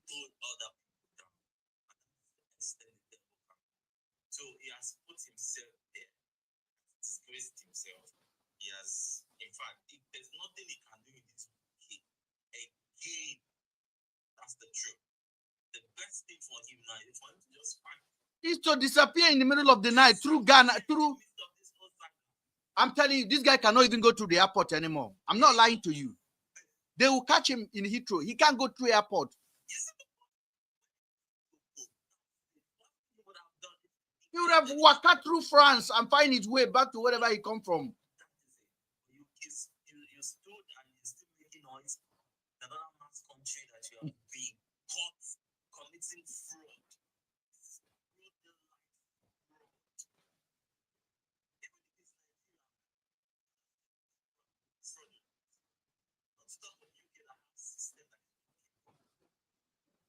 And he even, do you know, you're going to listen on this interview, right? At one point, he said, Toby said, he stopped collecting money for his charity because all you need to bring in is to bring in £5,000 a year. Then he stopped collecting money to his charity, but he did not close the charity. Then he's raising money from outside the charity and using it for the charity. And then they ask him, but how? If you're not collecting, set up, where are you raising money from? He said, why is the government getting angry? Did the hotel say they're not getting paid? The vendor that supplied them thing, did they say they're not getting paid? Those are the invoices he gathered to the Home Office and they denied it. Then he gathered invoices that is irrelevant, like things that is not needed. Then he said, I gave them name. For example, I gave them name. Davido, donate money. This one, donate money to me. But you are not supposed to receive any donation directly in your hand. If you've already set up a charity for that commission, and then you intentionally say you're no longer taking money into this charity. Now, everybody that is giving you money has to give you cash. That is criminal activity. That's it. That's money laundering. That is not the way charity in the UK runs. And when I hear him vomiting this, I'm like, this guy no go school. I'm like, this guy no get sense. He's saying it from his own mouth. That is the point. He's trying to prove that he's smart. And with all the activities, everything that he's displaying, it looks foolish. He looked like a fool. He looked like somebody that didn't go for the four corner of the wall. He didn't go to school. I'm telling you, because it's a streetwise, but you can see this guy don't know paperwork. No, not that he don't know paper. He doesn't know paperwork, because if he know paperwork, he would have get his paper since in 2005. He doesn't know paperwork. He know money. Know that all these things will come to light. How could you be flaunting that kind of lifestyle in the UK? I think. And giving somebody a Patek watch, giving somebody a bag of 30,000 on a camera. Doing That's why I said, if the devil wants to set you up, that is what he does. And you don't get national insurance number. You don't get all these years.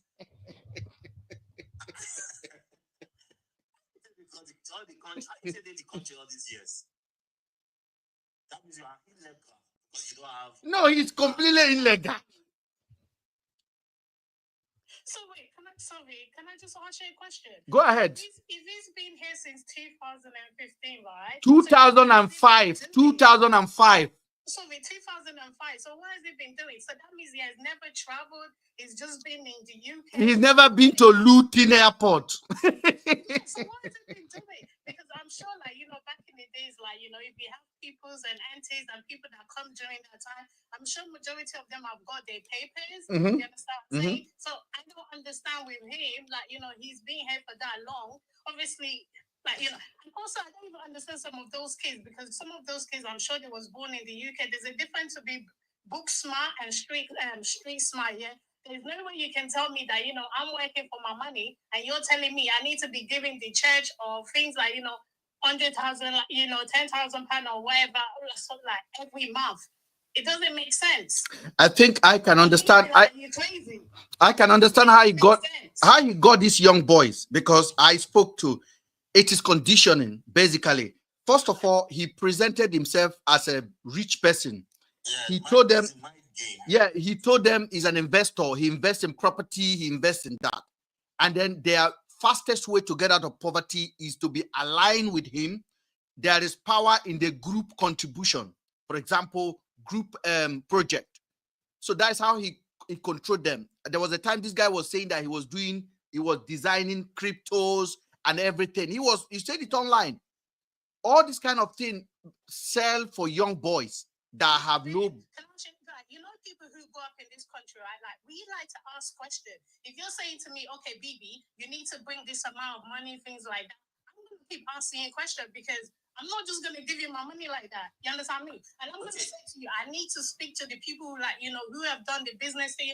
I need their phone number. I need this. I'm going to do my own investigation to make sure, like, you know, what you're saying is legit. Can I say something here? You know, the way he does these things, he has a group of people that he recruited in the UK that are working with him, young guys, you know. They both flaunt this lifestyle. He has recruited them. And they all criminal too. They're just coming out of jail. Yes. Yeah. So, you know, young boys, they are myopic and in their thinking. And so these same young guys will go to their friends, to their mates, you know, speak to them. They will present themselves like they invested in that same business that man is talking about. At first, the man is not showing himself to the young boys. He's using the young boys that are working with him as a link to get other young boys.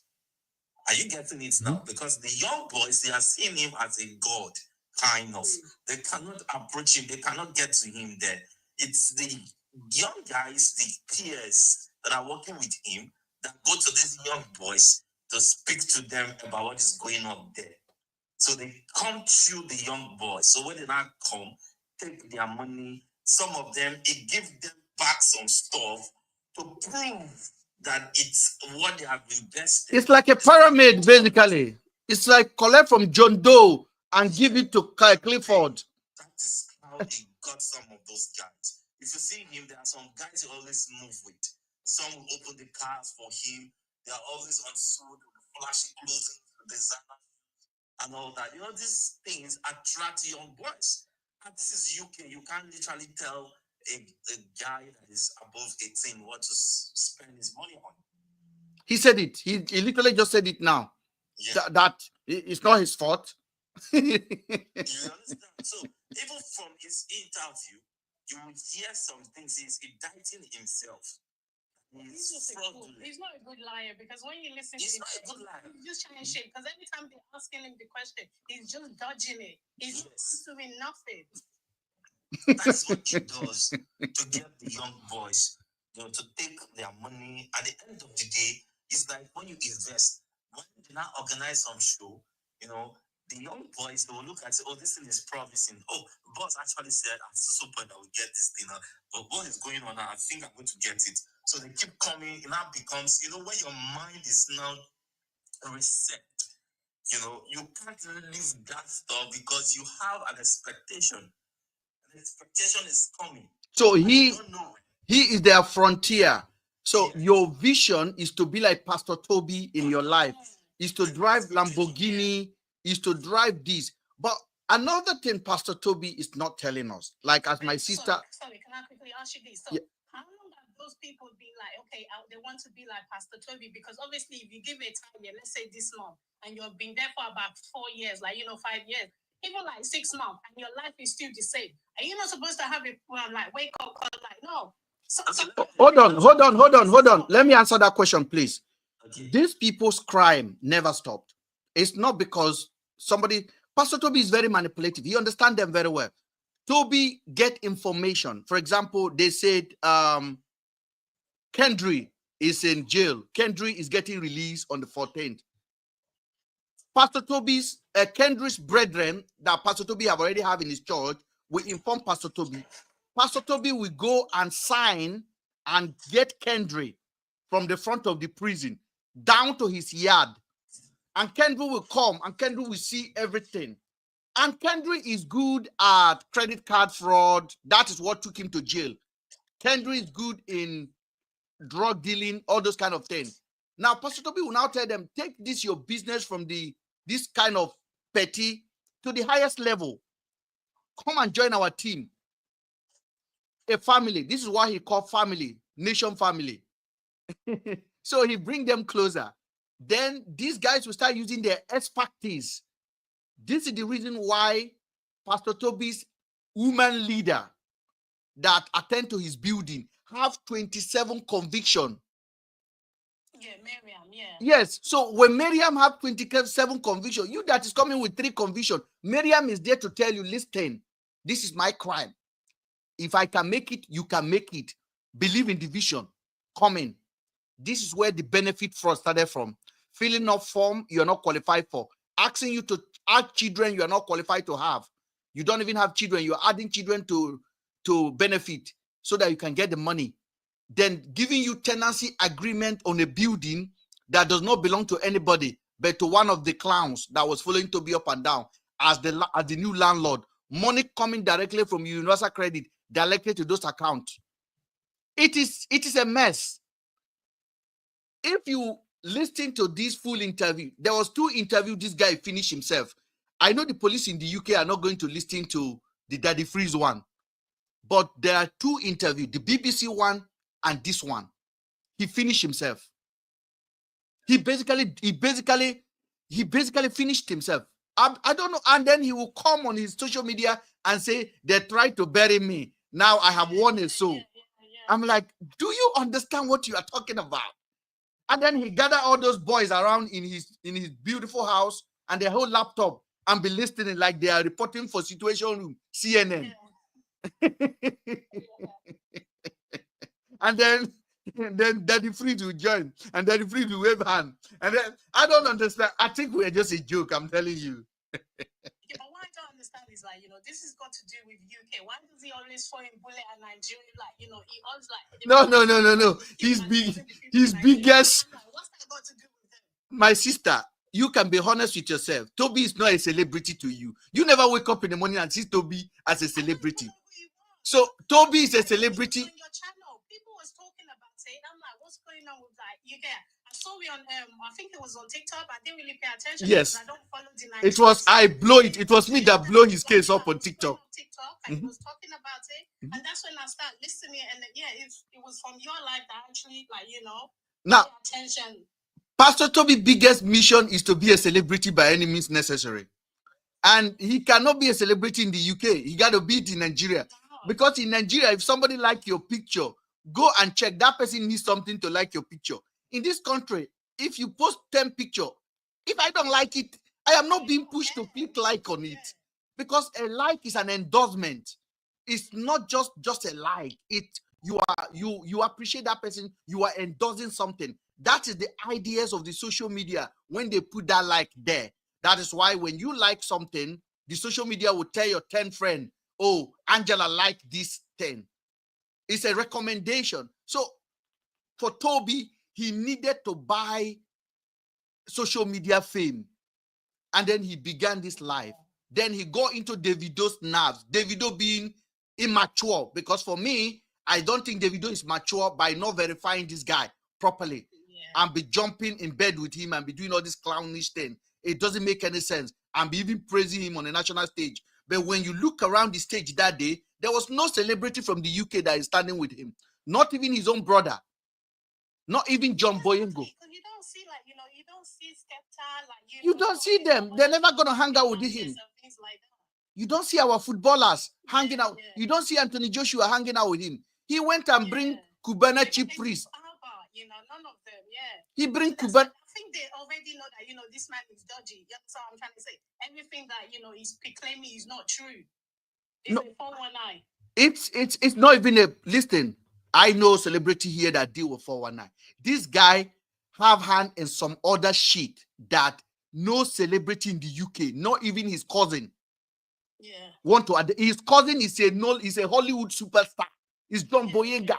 It's a Star Wars. You cannot find a public picture of both of them together as an adult. Is that not a big red mark there?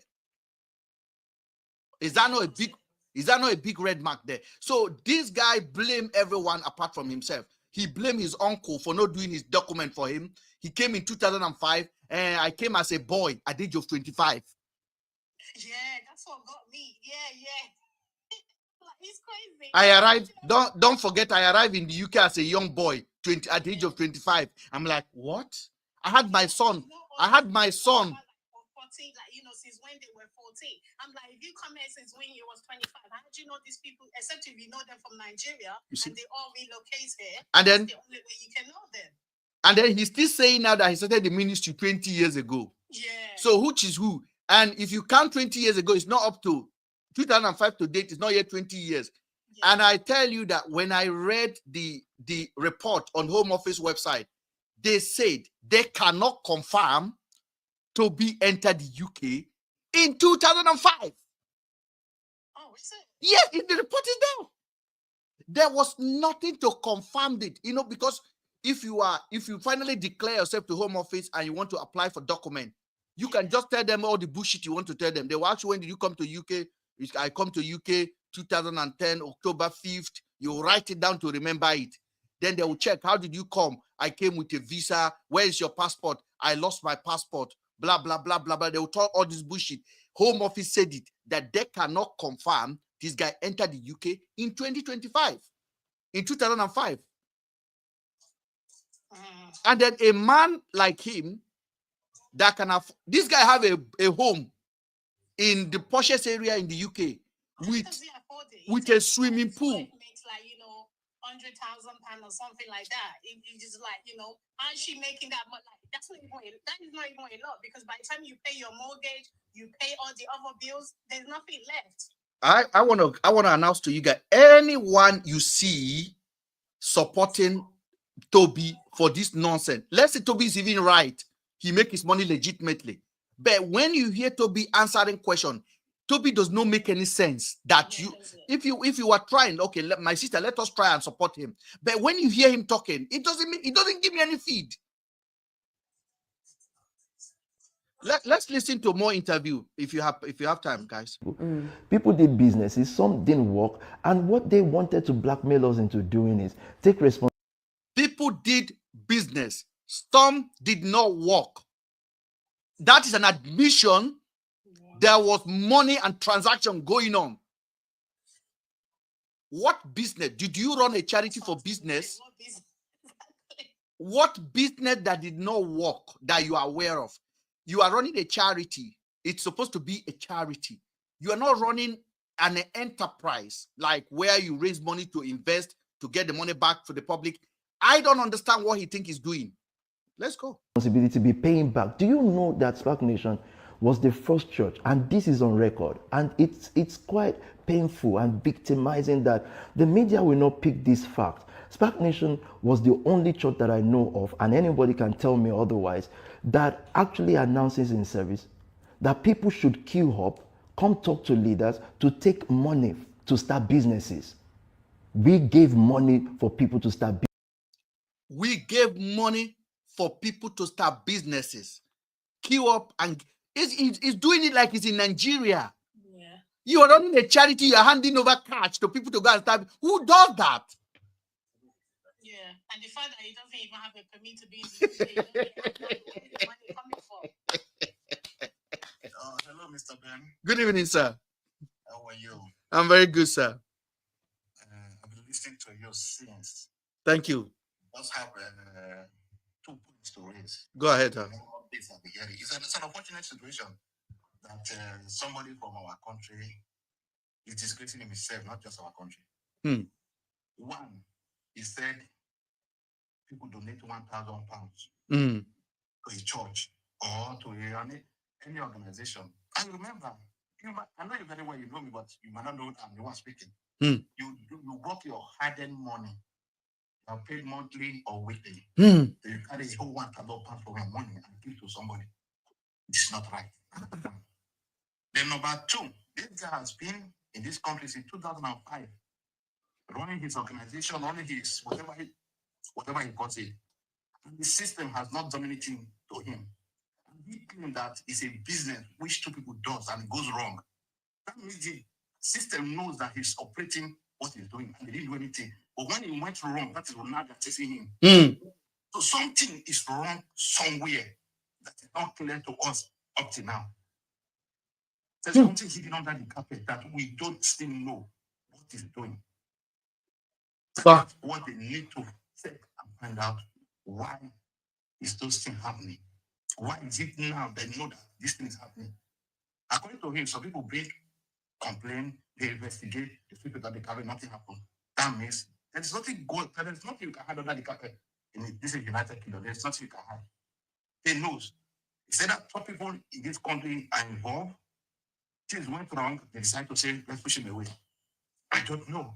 I'm just thinking. I believe he says thinking a lot of things. I agree. I definitely agree with you, because when David Cameron, it was David Cameron, he was invited to conservative leadership meeting.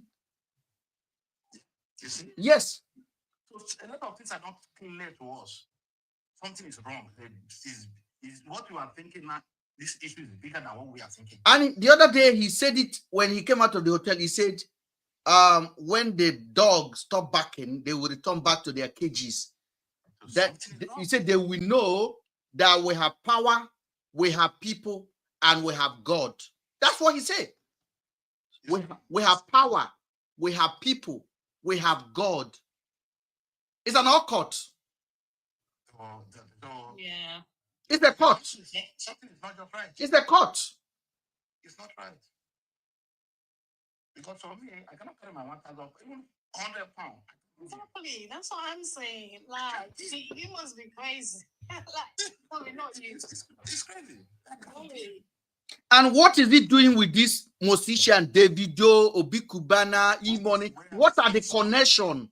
That is what I'm telling you. There is something hidden under the carpet we don't still understand. Until it is revealed, then we'll know. This is actually scary, you know. It's true, because I'm thinking beyond what we are seeing now. In the UK, there's nobody will have the audacity to live this kind of life in the UK. Something is not right. Well, at this point, because obviously he can't travel. It's like, it's just bizarre. Doesn't he want to travel? He doesn't want to see his mom. He doesn't want to see his dad. He's just in the UK. Like, He said he doesn't love flying. No, you will hear it. No, let me know. I don't want to spoil this interview. Please. I beg you in the name of Christ. Nobody should make me to start this interview. We must hear this interview. I dedicated my time for this. Okay, carry on. I'm still listening. Businesses. They lost all the money, run away. Then media's camera is open to tell them, hey, come talk to us, you are X, X this, X that.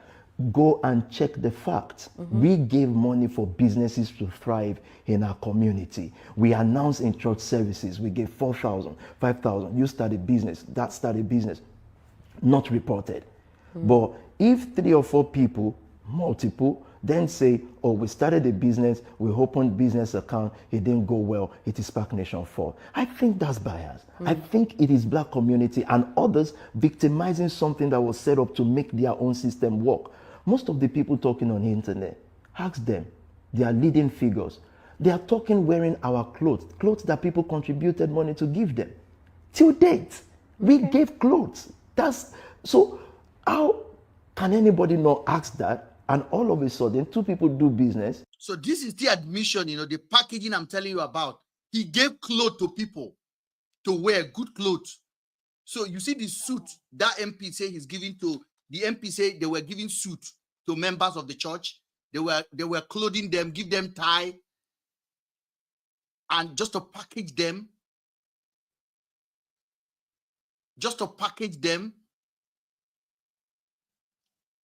It's a mind control.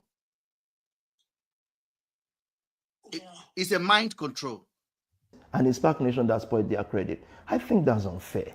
Okay. But I also think it's not unusual for our community. Blame everybody but yourself. That's the community. That's how black people end up where we are now. Is it true that when you're a leader in Spark Nation, you have a group of people and you are encouraged to get a certain amount of money per month or per week to contribute to the church? It's just yes or no. Is there a particular amount of money that you need to bring to SPAC in order as a leader? It's so false. It's so false. However, every leader.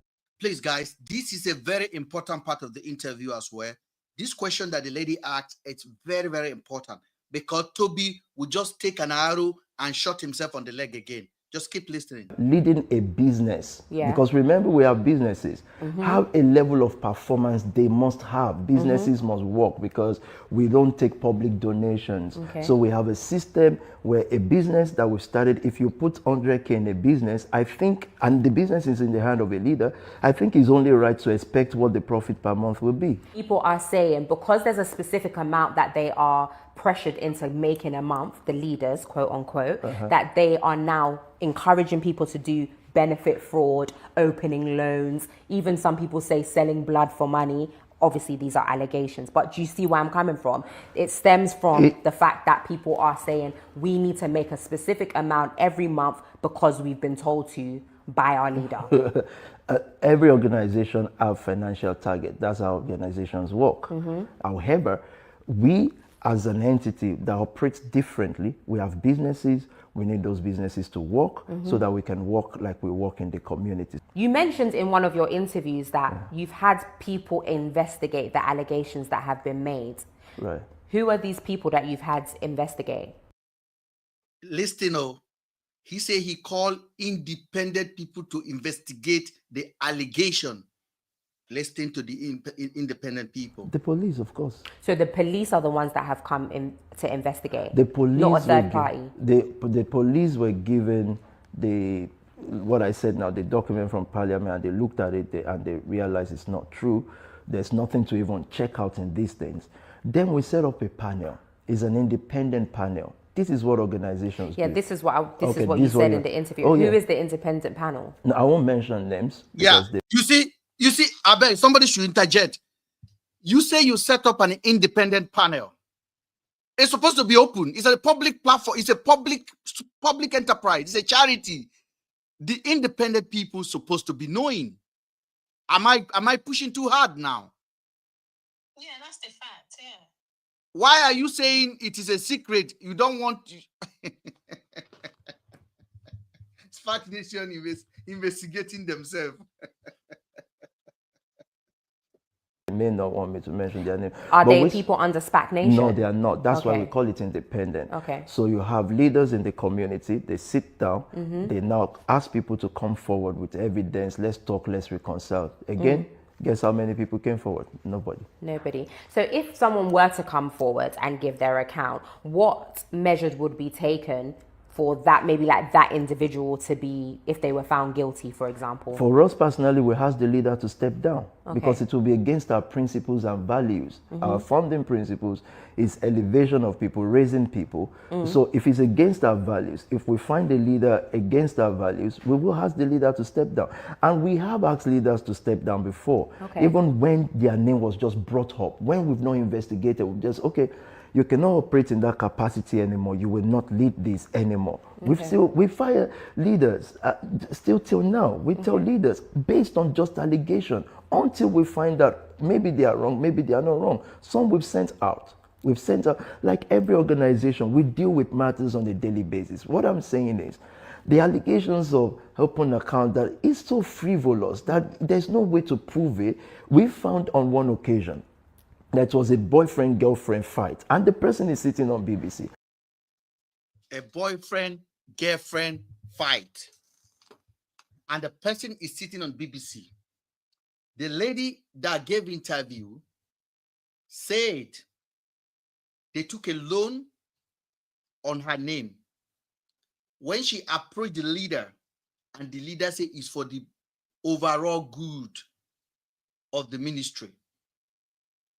That is the lady is saying is boyfriend. So that's why I told you, Pastor Toby don't just accommodate this girl. He also make the leader, the male leader, to befriend the young ladies as well. So it is now a boyfriend and girlfriend situation now.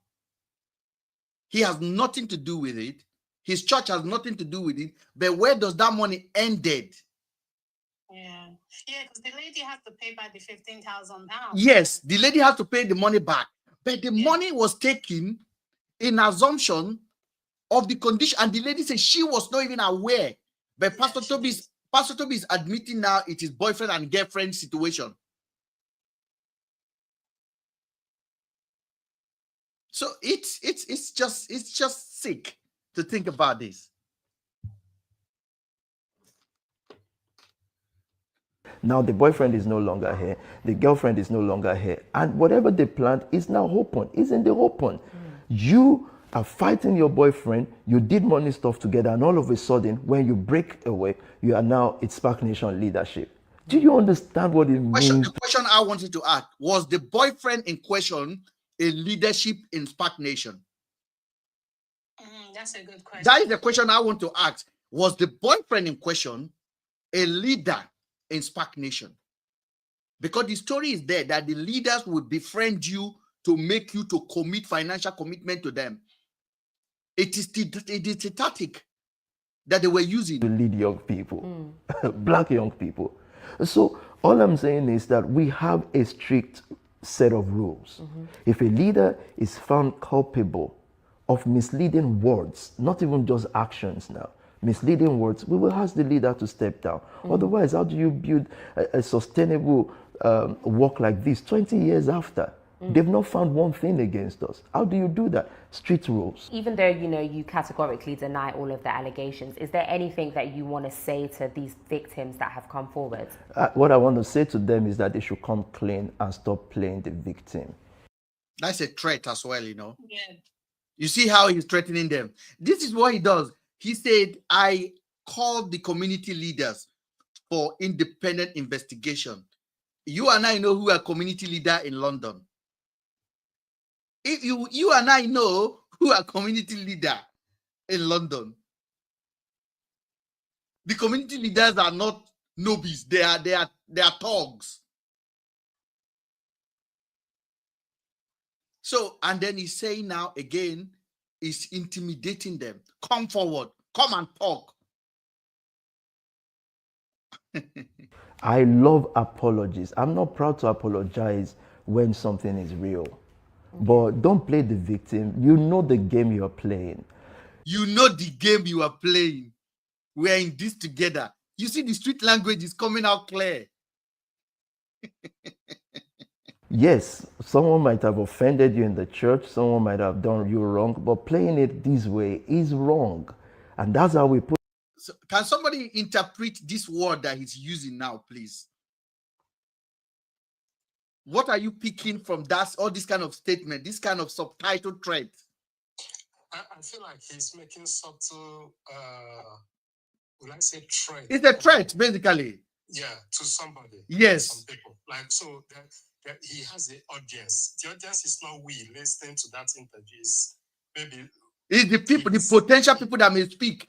Yeah. So that's what I'm deducing from that statement, the way he's putting it out there. But my thing is, this man, like when he saw the smoke, like if I'm doing crime or I'm doing something that that will cause problems, and then the smoke start coming, he had enough time to just dish the whole thing and find his way out. So why, I don't know, did he think he's invisible, or why did he stay until we got to this point? I think it's how do I put it? He's a narcissist. Yeah, he's just cocky, he's arrogant. Yeah, he's a narcissist because in his mind, he's the smartest person in the room. And this is the downfall of a great guy that he thinks he is. I never see him as a great guy anyway.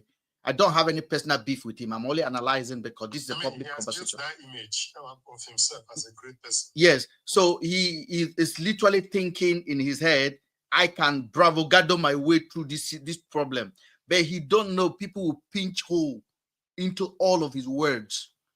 Like little by little, we will pinch it. When I spoke about him that this guy have no base for church, he said he's no longer having church. He doesn't have church. He has a meeting places. But then on Sunday, he will come out and say, I'm going to church service. Come and join me. Always waking up from Central London Hotel. Always waking up from Central London Hotel. The wife that is on 100,000 pounds that he's living all this life on top. We never see her with him. Now, people on my TikTok asking, where is the wife? I don't want to post his wife because that's none of my business. Exactly. Where is the wife because I've never seen the lights. I've never seen the wife. She never show up. Even when you see with the Davido and them law, she's never there. A man that wake up on Sunday morning from a hotel room in London, that tells you what you needed to know. And this is the moral compass that this guy have the arrogancy and the audacity to look at us Nigerians and say we should be proud of him. Daddy Free should be proud of you, not me. And that hypocrisy of that Daddy Freeze is being exposed with this situation now. Daddy Freeze spent all his career criticizing pastors. Yeah, I also think the wife is also accomplice because, like, you can't tell me you're with someone and you don't know they do those kind of shit. You understand what I'm trying to say?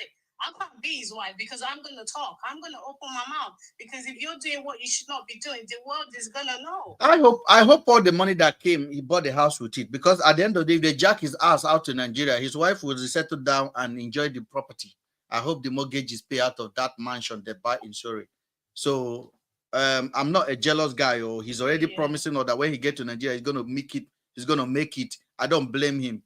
Jeremiah Omofofo is making it in Nigeria. At least Toby will make it even better. Our community down. So I'm not going to sit here and say sorry if you're a victim. What victim? What is it? What happened? We fix matters every day. Why is yours online and not on the table? Another word, another threatening word. So he's looking now for under the table settlement with the people that are potentially going to give witness against him. Why is your own matter online? Why is it not on the table? Now, Oni, we go further and ask question. Just keep listening. None of them, if they've ever met me, because there were some BBC put on, I was saying, this person has never been to Spark. How? This is not a member of Spark, but would the world know that? They wouldn't know. So the leading voices of the so-called victimization, the people giving them voices were people who lived, came out of prison. How can this community take people that just came out of prison, not for little stuff, but for murder and stuff like this? Take them as the people of integrity over what we all, 1,000 plus people are saying these things are not true. 30 people are saying it's true. What kind of... I work with offenders. I work with offenders with M charges. The last thing those boys do is lie. They don't. I don't know if you know London Street. They will never cook up a lie. Again, I will take the word of those prisoners than the word of Pastor Toby. Like till tomorrow. They are not used to snitching. If they are telling you this, then it happened. And Pastor Toby is telling us, why would you believe the word of a guy that come out of M charges against my word? Because when they came out of M charges, you took them in. You promised them their life is going to be straight. They discover what they were doing, you are doing the worst. So they don't see the changes. They found you out. And they begin to speak. Because the street guys I know, they don't snitch, they don't lie. They don't come out and start lying on somebody because they want to do it. There has to be a serious conviction. They have to see something that make them to say, hey, I thought I'm coming from prison. Now I'm in a court. I don't want to be here. Because this 2 months alone, I've had people that attended Pastor Toby's party, not one, not two, that told me directly the word on the street around the circle of Pastor Toby is an occultic church, not a church. It's a group of cults with sacrifice and different things. I'm not going to go into those details. Somebody was even accusing Davido of one of the most stupid crime that I said, I don't want to talk about that one. Not because I'm afraid. And the person asked me, Ben, don't you ask yourself a question? What is Toby's connection with e-money? With Davido? With Obi Kubana? With Chief Priest? What is the connection?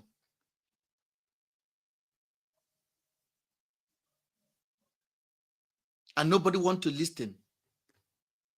But I tell you something, this Pastor Toby's case might expose other hidden stuff.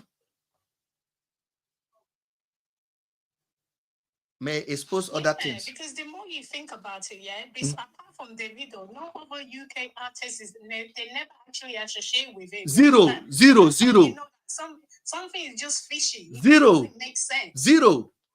It does not make sense. Zero. Nobody.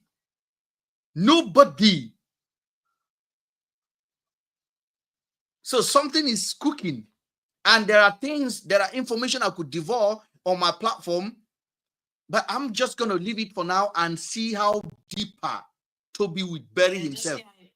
Yes. The community are we building. However, so to the so-called victim, prove your case. Okay. Go to court. There are free lawyers. Prove it. If you prove it, I'll sit down with you and say how much was taken from. I'll give them.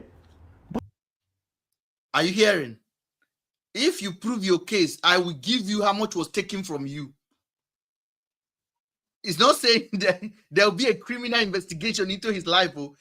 He's trying to call these people in under the table talk now. So as you say, my brother, you said it, that these messages are not for us. He have a specific audience he's addressing. Exactly, Mr. Ben.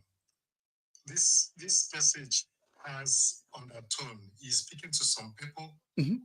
His audience know themselves. We are just, part of we are watching what is going on, but the audience.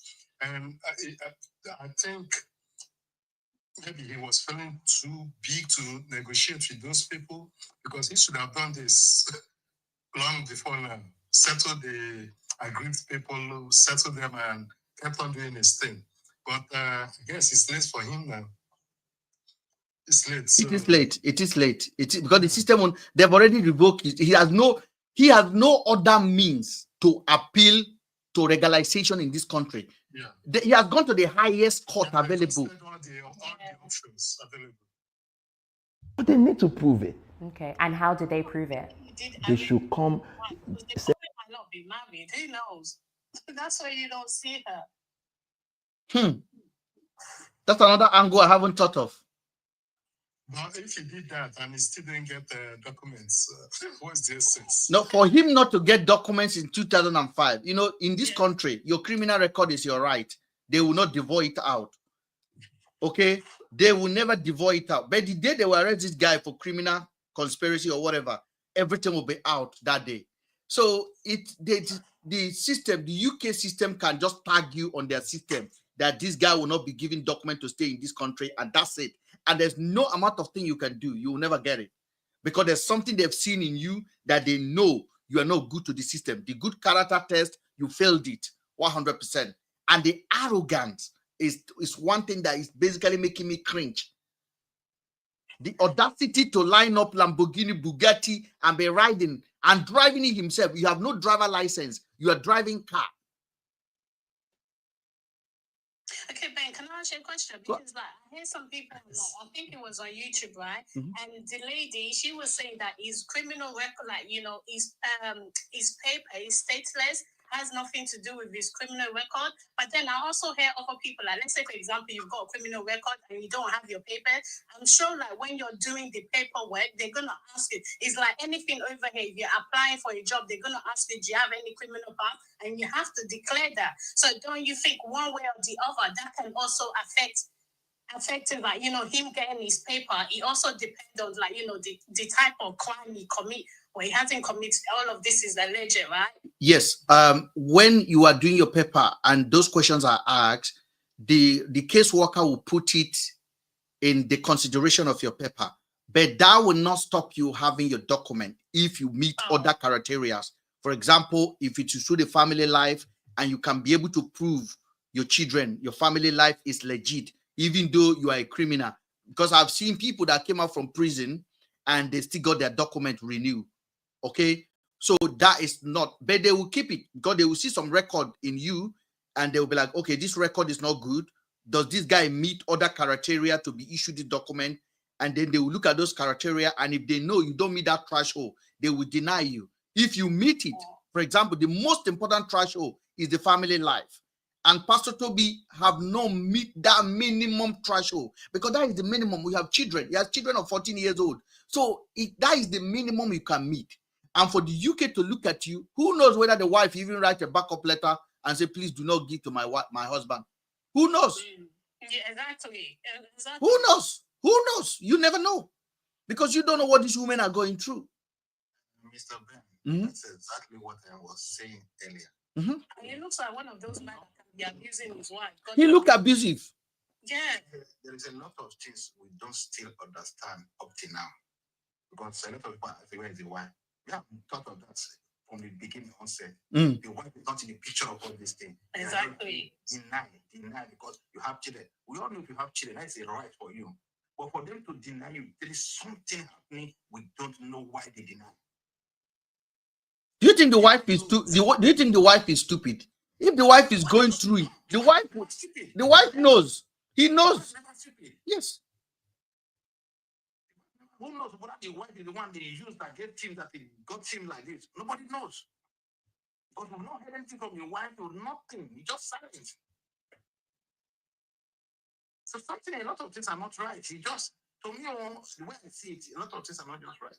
Okay, another thing I just thought of here, like, before he met the wife, because he came here in 2005, right? Yes. So before he met the wife, did they decline, like, his fee was refused before he find the wife? Because, you have some situation that, they would declare, they probably might say they deny, and, you find these people, they end up going finding someone for them to get their paper, or they start having children. The children, they know they don't want, but they just start having kids just for them to secure their papers. Because if that's when all of this stuff, maybe they decline him before he has before he finds the wife, and then maybe in their own head now they're like, okay, we've already declined you, so now maybe you're trying to use another avenue. I don't know if that makes sense. The first time Toby, because I actually read that document, the first time Toby applied was is it online? Well, yes, online. It's online. It just all you need to do is that Pastor Toby's immigration decision. If you Google it, like, to give you all the information, click on the file. It's long, yeah, it's long, but keep your time. Read and tick it and take a screenshot and read it back again. You will see what I'm talking about. The first time Pastor Toby applied to regularize his stay was 2019, and they denied him immediately. Then he appealed it, and then the case was extended all the way to this last month in November, where they finally told him, "Bro, you are not good enough to be in this system." In short, let me tell you something. They did not deny Pastor Toby because of the charity commission. They did not deny Pastor Toby because of the money that was missing. That was just, if you read the statement and the report, it was just part of the character reference that they put there. It's nothing. That is not the major thing. The major thing is not being declared. The reason why, the lady that handled the case is a Nigerian woman, Nwachuku, is the Home Office case worker. The name is a Nigerian woman that is the Home Office officer that make the final decision on Toby. That's serious. Yes, I read the whole document. It's a Nigerian lady. Because to get Nigerian criminal, invite a Nigerian investigator. We know where to go. The Nigerian woman finished Toby. Literally. The Nigerian woman said, we told him not to bring these stupid files, all these files. He didn't say stupid. He was very professional. And Pastor Toby basically exaggerated all of the activity that he's doing in London. The charity he says he's running, exaggerated everything. And then he gave them more than 100 files that if you click on it, you can't open it. For me, can you give me a favor not to call him a pastor? We should not be calling him a pastor. You know, we're in the UK. They say if somebody say his name is Angelina, you call him Angelina, even though he's looking like Gabriel. So you call him. Simple. Do you man finish Toby? You have to really go and read the report. I think I need to publish it. Yes. Thank you so much. I have to go. It's a very interesting topic, and thank you for what you are doing. Thank you, sir. Thank you. You know me, like I said. Please do DM me. Do DM me because the voice sounds familiar. I'll call you. Thank you. No problem. We'll talk, okay? Much appreciated. Thank you, brother. Okay. Thank you. Very much. Thank you. Yeah. So we're going to listen a little bit more then before we end this segment. Send us an email. Tell us again, this happened. This was the money taken. This. He said, Pastor Toby is directly inviting his victim now. Send us email. Tell us these are the money that was taken. This was taken. You see how is the person that took it. Okay. Why did you change the name of the church? We didn't change the name of the church. Okay. We use Nation Family more. The name of the church is Spark Nation Family. The one that got popular was Spark Nation. Yeah. Now we call it Nation Family. Yeah. Every organization rebrands, every organization has seasons. So we didn't change the name. We're still Spark Nation Family. Okay. So what you hear now is Nation Family. Nation Family, okay. Yeah. In regards to the charity commission, yes, they decommissioned the charity due to serious misconduct or mismanagement in the administration of the charity. Can you talk me through that, please? Charity commission, again, like any archaic organization that should have been reviewed, restructured. They were dealing with a church that operates differently. They didn't shut us down because of any of these things that you're saying. Ask them. The BBC wrote them to talk before the last interview was broadcasted. They can't talk. They didn't decommission us or proscribe us because of any financial stuff. The issue was this, and it's as clear as this. A charity must have £5,000 a year to become a charity. They must have 5,000. They must have 5,000. Okay. Or they must be able to raise £5,000 a year. Yeah. We stopped taking donations. He set up a charity, and the charity have to have £5,000 a year. And then he say now he stopped taking donation. How did he do the doing? You will listen. Which means in that year, we don't have 5,000 because we stopped taking donation. So by law, we will cease to be charity. By law, automatically. Now, they're saying safeguarding issue. Please, again. It's not by law. If you stop taking donation, it's none of the charity business. You register a charity, you register under Charity Commission. And the threshold is that the first time you are starting your charity, you need to have at least 5,000 donation, which can come from 10 people or 300 people. And then you can officially register as a charity. So he registered as a charity. Now, he said he stopped taking donation on that charity's account. But you are going to see where he gets his money from. He said people are donating. So now ask him, all these donation he's collecting, how did they come? Under which name? How are you paying for these things?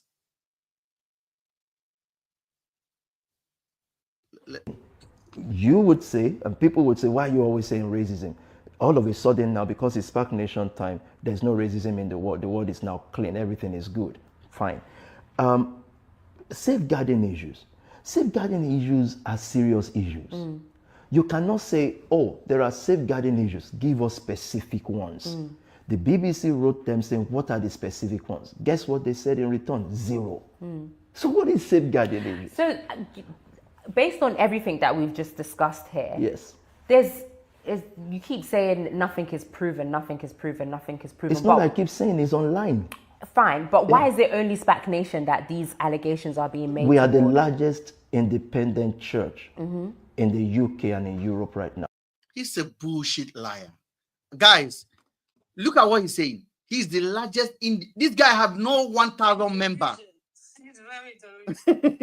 He don't have 1,000 member. 1,000, he can't guarantee 1,000 member. What does independence even mean? The biggest thing, they go from place to place, so make it make sense. So he's running like a floating church. Yeah. He has no He has no permanent address. Yes. We cannot say on Sunday we want to go to his church right now. We don't know where it is. Yeah, that's why I said flaunting. He's flaunting his church. And then you still have people out there that believe this guy. They're under his spell. No, you don't know what the guy is trying to do here. He's trying to, launder his image, make himself look like a victim because he cannot see that's what he can do. Then he's coming back to Nigeria, painting himself up to feel like a victim, like I'll come back, to live like a king. Like, but it's too late. G gets. Even if of damage control that he can do. I think he did say, was it last week or 2 weeks ago when he did another interview with the lady and he said, like, I think he said, like, don't call them like free shoe can last him for 3 years or something like that. And I think that I've noticed that all the interviews he has done, he's giving different stories. They're not consistent. Yeah. He keeps contradicting himself in every interview. He's saying something else on channel TV, he's saying something else on BBC. So we like largest. But he's trying to buy us, but we are not agreeing. He just likes the limelight. I think he just likes the the limelight. He just likes the the publicity because if you're having this kind of issue, this kind of problem, you need to lay low. You understand what I'm trying to say? Just I don't know, disappear or something. I did being he has if he has defense, then this publicity will be a great thing for him. But something I'm sorry. If you read that transcript, that tribunal transcript, if you go to the part, I think that was the part the guy played for anonymity. I think he didn't want his story out because when was he when all of this, when all the interviews all this started in 2019, when did he fight his battles? So why is it now that he's granting interviews everywhere? There's no way you're not going to grant interviews. Nah, because he's been exposed. So he did not want his story to be out. He didn't want to be exposed. Unfortunately, the whole world now sees it in plain sight that this is who this guy is.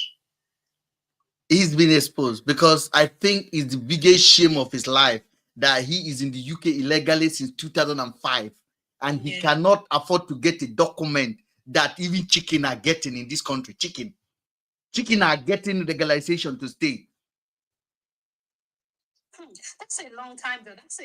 Wow. That's 2 decades. That's 2 decades. 2 decades, 20 years. If you think back to the child will be 20 years, and 20 old will be 20. And before, how does he do it? Because I cannot just imagine. You know what I mean? You don't, especially like in this DNA that everything you do, you need to have your paper. If the first thing they ask you, what's your status? You understand what I mean? So what does he do? I have seen. Yeah. I have seen people. I have dealt with people that have no document. If people that don't have document are my friends, I know what they go through. The anger, it's a depression. Yeah, you see them online. It's a depression because sometimes my friend they express some anger like, Ben, I can't even travel. I can't go to Nigeria. I can't go to Spain. Yeah. You are just flying everywhere. You want to go to America. You just got an enter plane. There was a day my friend has to drop me at Heathrow to buy ticket. I did not get ticket. I go to Heathrow and I bought my ticket at the airport and I'm going to US. And he's looking at me like, yeah. So Toby cannot even comprehend that he can't go to Spain. So the thing is depressing him. He can't go to family holiday. He can't do nothing for 20 years. 20 years. Watching the YouTube, but even in other parts of Europe, in Sweden, for example, to use the transport system is very, very difficult if you don't have papers. No, UK, the police stop you. But now, if Toby dare drive, if they catch him driving, Toby will be going to deportation center the same afternoon. No, it's the reality now. I'm not lying. There's no even begging. If Toby is on the street, yes, if Toby is on the street and I did him like this, and I said, Toby, you did it, and he said I did it, and I called the police. Immediately the police come. He's going to deportation center. Oh, I swear, this is the law. There's nothing to talk about it. He's going to deportation center. There is no even bail. They won't bail him. But the police will not target him. But if one of his enemy now call police for him, that will be the day he's going to deportation center. Yeah, but I'm sure before all of this come out, I'm sure he used to drive. Now you cannot tell me like have we know? Did any of us know that Toby have no document until this last month? I know. So because this country will protect you, and Toby can be driving with somebody's name all the time. If the police pull him over, and they hardly police will pull you over in Lamborghini like that. And if they pull you over, they will check your insurance. And his boys are all over. So it's kind of a celebrity lifestyle. So you are covered. Yeah. But now, yeah, he is now very exposed now.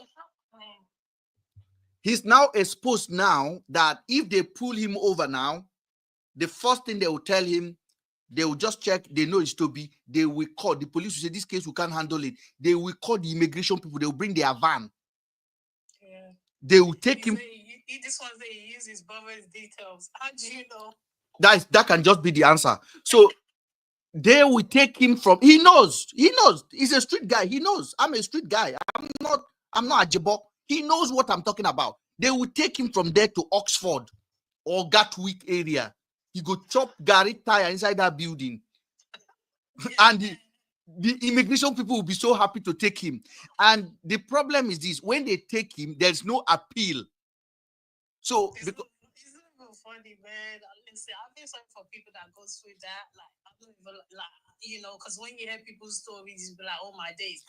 Somebody, they say it will be an immediate investigation, and he's going straight to Oxford.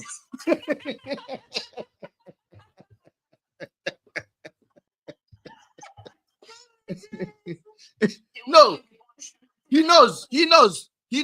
Toby knows. But the question is like, that means those cars does not even belong to you because it's what insurance need to register the car. None of the car is purchased on Toby's name. So that means it's a son. None of the cars are purchased on Toby's name. And I can guarantee you those cars may not even be purchased in the wife's name. There was something like that about the wife too. That she's a nurse. I want to not protecting her job, especially with this vulnerable issue the wife is a full-blooded British. There's nothing that can happen to her. In short, Toby deportation will be an advantage for her because you don't know what women are going through.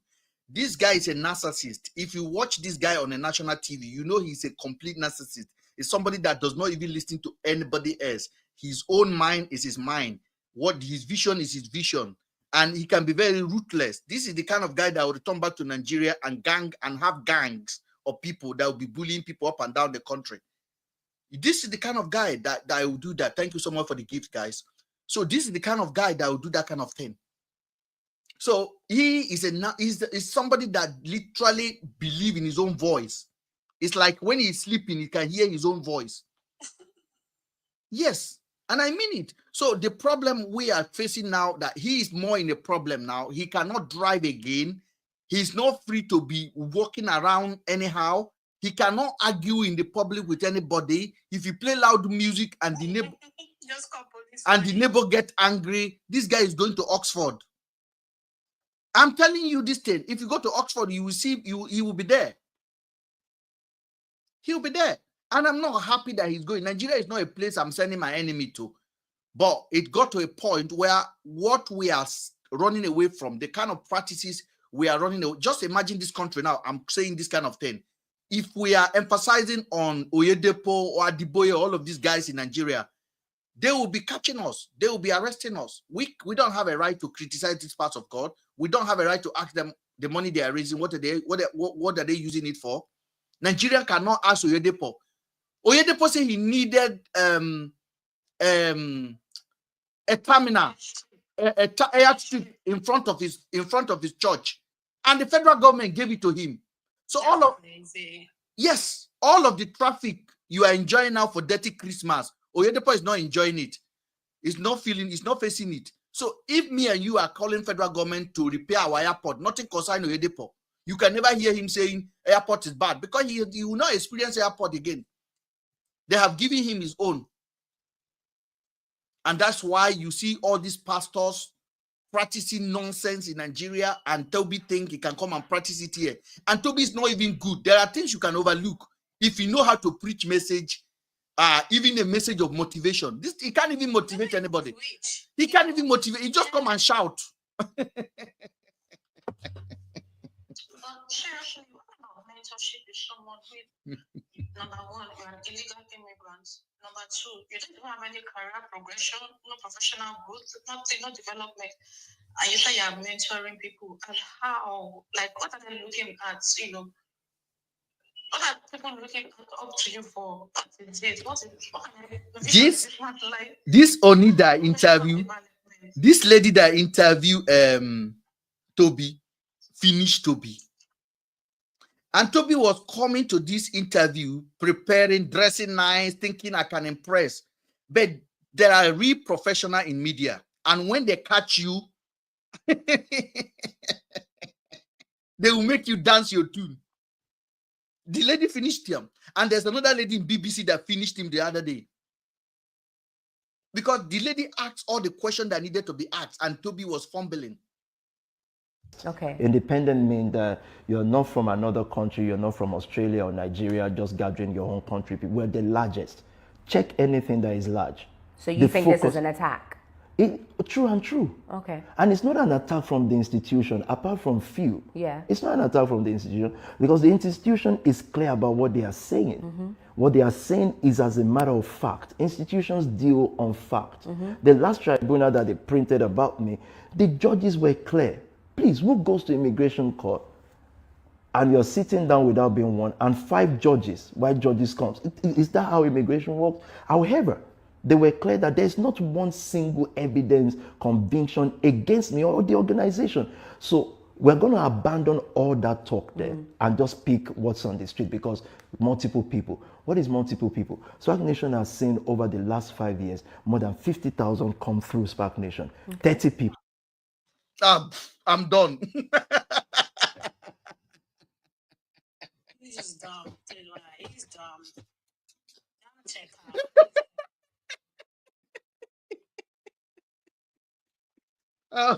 He said what? He said 50 what? He said 50,000 people came through Spark Nation. Spark Nation don't have 1,000 members. I tell you this from my heart. 50,000 people have come through Spark Nation. He's exaggerating. There was something he said one time. He said it's the largest black movement in Europe. And one time, this guy just said, he cannot put his friend in the UK, he can't get in Sweden, he can't get in Denmark. It's bullshit. He's checking the largest other churches through TikTok. Okay. They're large, they're not large. He can't even write in Germany. We're the largest. This guy is a joke. So it's now multiple. 30 people shut the world down. It's just entertaining enough for people to keep recycling it so that it looks like there's no smoke without fire. There's no smoke without... Show me the fire. I want to deal with the fire. We want to be a better organization. So if you say why, tell me who is doing what Spark Nation is doing. 140 plus businesses we've started in UK, tax paying. Who is doing that? The Catholic Church has given out 880 million pounds to 1,350 victims over the last few years. The Catholic Church. There's no noise about them. The Catholic Church, it is not just allegations. They are proven cases. Nobody is making noise. Our parents still go there. We want our kids to go there so that they can get into better school. You are not shouting at their pope and pastor who wears a crown of $10 million. They are fine. It's Spark Nation. Why? We're black. Okay. Yes. So I personally don't believe that, pastors should live a life of mediocrity, because God has said that we should live life in abundance. So I get it, right? But I think my main concern here is because of the allegations that have been made specifically in regards to exploitation of young people, where's the money coming from? Which of the monies? To support the extravagant lifestyle. Which of the extravagant lifestyle? Mine? Yeah. Oh, okay. Just important question, guys. These are the kind of clip I caught, because he will say tomorrow somebody caught a clips of his interview, but this is a very important question, and they asked him simple question: where is the money coming from? Hear the answer yourself. as in for the past few years, I've said over and over and over again, we start businesses. We put money into businesses. I don't understand what exactly the black community wants from me because they can see these businesses. I can't see it. I cannot see the business. What is it? What is the business? Business. Toby, tell me. I want to patronize the business. 160 companies, but we don't know one. Yes. Tell me, is it clear? Should I say, okay, can you just give an example? What are the businesses like? So just we know. Just mention two. Because all you keep saying is businesses. Okay, but we don't know. He say clothing line. What clothes line? What are the clothing line? If it's a cream line, what is it? Businesses. This guy is dumb. I'm sorry, Toby. You dumb.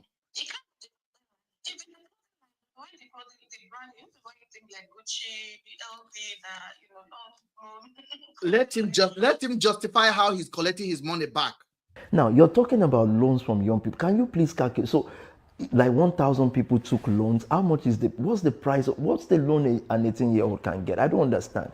Because we're not working no mathematics here. We're just working emotions and cohesion and sentiment, things that can be made up in one's mind that can never be investigated. We've shown businesses. Or proved. Or proved. That cannot be proven. We've shown businesses. We've shown everything to this community over the years. Tell me what business we are not involved in London City today. So what type of businesses do you do? Everything from beauty to real estate to sports. We have so all of the money that you're getting is basically the investments that you. It's of course, if I give someone 2 million, yeah, I should at least have money back, right? Okay. I should leave. Okay. Yeah. See indictment, guys. I beg, brother, talk. Did you see what he just say now? If I give somebody 2 million, I should get something back. Where did you get 2 million from? And what are these business that you how did they give you your money back? Under which channel? This is the system that works we are talking about. We are talking about United Kingdom. Did you guys hear what he's saying? Chelsea. The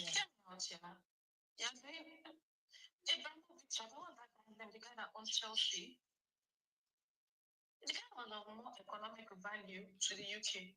But himself, he wasn't giving the people, he was sent back to the UK alone. He said, name one business. He can't name it. Real estate. Give us a name. Let's try.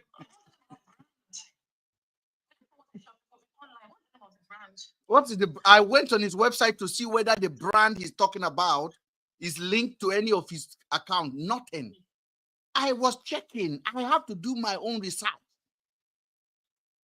Yeah. So all our so-called extravagant lifestyle, we are givers to our community. Yeah. Everybody keeps saying, as in, what kind of reporting does not take into cognizance that Spark Nation feeds about 50 families every month? So he's jumping now to feeding 50 family every month, and then to emphasize more on how he's getting his return back, he's not ready for that. He quickly jump it. How are you getting your return back? You say you give somebody 2 million, you invest in 150 businesses. How do you invest in 150 businesses? That is an illegal business. Are you a strapper? Are you giving people money to be selling drugs on the street? Is that how you're getting the cash back? Because it doesn't make any sense, because whoever is an investor, any investment you do in this country is a public knowledge that it has to be declared under HMRC law.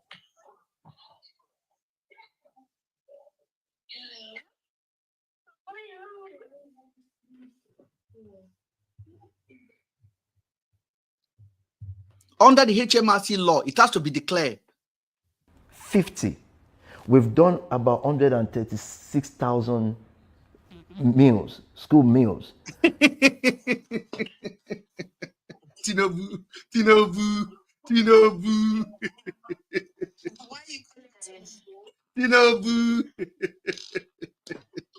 This guy is oh gosh. I beg, can you mute yourself, please, my sisters? Like, he doesn't even believe his own life. Do you understand? Because like, if we're listening to him and what we know that what he's saying doesn't make sense, they ask asking him, hey, is he like, even him does not believe in himself. Tinobu said he's distributed 150,000 food. 150,000 food. Over the last 3-4 years. In COVID, we were there. They are all online. Everything is to be ignored. But the focus should be someone sitting online. Please, churches should come out and say, we also feed who? How many people do we feed? Do your pastors not get paid from tithe and offering? Do I get paid from tithe and offering? Do our pastors create business for our community? No, we don't. Churches don't do that. We've done that with proofs. So if when a pastor decides to buy a house, what Pastor Toby did was not to get a house, put the money back to people. Should I not have anything in life? I don't understand it. So when people say the extravagant lifestyle and the allegations, how much is a loan? How much can a 18-year-old, 19-year-old get? And how many are these people? So after all these 20 years of living like I live, it's still loans. How? What's the figure? What's the figure of this loan? You mentioned slightly people giving blood. Please, when people donate blood, so that we're not dealing with a senseless community, when people donate blood, how much do they give them? £100, guys? Let's say £100, which they don't get £100. Please, how many blood would you have to donate before you pay for Hilton Hotel service? Do you know how much we're paying Hilton? How many blood? As in, sometimes you're sitting down thinking, am I dealing with a dumb community? Like how? How many blood would you have to donate? Gallons. Meaning you have to carry people with coaches to blood donation because max, maybe £50. You need 1,000 people. How is this sensible to anybody that is not just a hater? How? Who broke the news? The white people. It's always the white people because they know that the black community is like a dumping ground. You just dump things because we already ate each other anyway. Fair enough. Thank What you. do you have to say to the people that say that as a pastor you shouldn't be this flashy? I'll tell them that when their family members become pastors, they should dress their family members up. My family, my people love the way I dress. So as a pastor, they should tell their pastor not to dress like that. And when their family members become pastors, they should tell them how to dress. And guess what? We will clap for them. This is what we chose. My people love it, and they should love it too, and probably contribute more money for me to get more. Fair enough. You see that? It's good for black people. It's a good. People like, did they pay to donate blood? Because no more. We just see a van, the van people, maybe they park somewhere and you can just walk there and donate blood if you want it, but they don't pay them. So I'm confused. He did not deny whether his member donate blood though. He has not denied it. Last interview, he didn't deny it. He said, how much did they get paid to donate blood? £100. But where does those blood go? Is it official? Because I know he said he's running community. He's doing community work, donating blood. And he has done it before. Where does that blood go? Who get that blood? Who did they take it to? I think when my brother said that time that there's more to this than meet the eye. There is more to this than meet the eye. Because I know people that they donate blood, but they never get paid. Blood is free of charge. You don't just go there and donate it. That's it. So I'm like, are we in the same UK, or maybe he's talking about a different place? When I begin to look at this Pastor Toby's situation, my interest was exposed Daddy Freeze. But then I begin to get into it. Daddy Freeze begin to take his mouth off the matter because he's in defense. He can't defend it anymore. It's literally impossible to defend Pastor Toby. And it's going to basically completely ruin his reputation. But when I look at it and people begin to reach out to me on TikTok especially, I am very shocked. Like, really, this happening indeed? And people are genuinely afraid because they're not afraid of the police. They're afraid of the community leader that he has. Because Pastor Toby will say, if you come out, something can happen to you.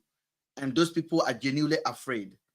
And being our community whereby our concerns are not being taken serious by the police. The black on black crime in London are not being taken serious. If Toby happened to do this thing to white children, there will be a different reaction in the white community, and the media and the police will activate investigation immediately. There's a lot that goes into investigating this kind of matter. The family has to be protected, and there are multiple. But I can tell you what I am hearing. Toby is not going to go to Nigeria without tasting jail in the UK. Me, I know that one. So he can fly as much as he wants to fly. But I know this system will come out. Representation. So you love the attention, don't you? The grandeur of it, like you're very flamboyant, like you say things like I'm offending and Fendi. You just love the attraction that it brings, right? No. No? I love fun. I play about. Okay. The offending in Fendi, which is one of the most popular things, I was actually raising money for a charity. As we're doing that, there was so much rain and wind. So the problem is this: you cannot raise money for a charity as an individual. Do you understand? It is practically impossible not to be authorized to raise money. You have a charity, okay? And you say you are no longer raising money inside that charity. Just help me think about this for a second. Sorry, guys. My light is just giving up. You cannot give up. This is a very important topic, light. Toby has a charity, and you suddenly say, I am not raising money on this platform anymore. And then you are telling us this at the same time you are feeding 150,000 people. You are telling us you are raising money for a charity in Tottenham Court Road.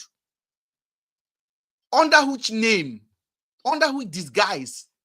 But you have your own charity which you have abandoned. I don't understand where this guy, he's just jumping around the ladder, thinking something will hit.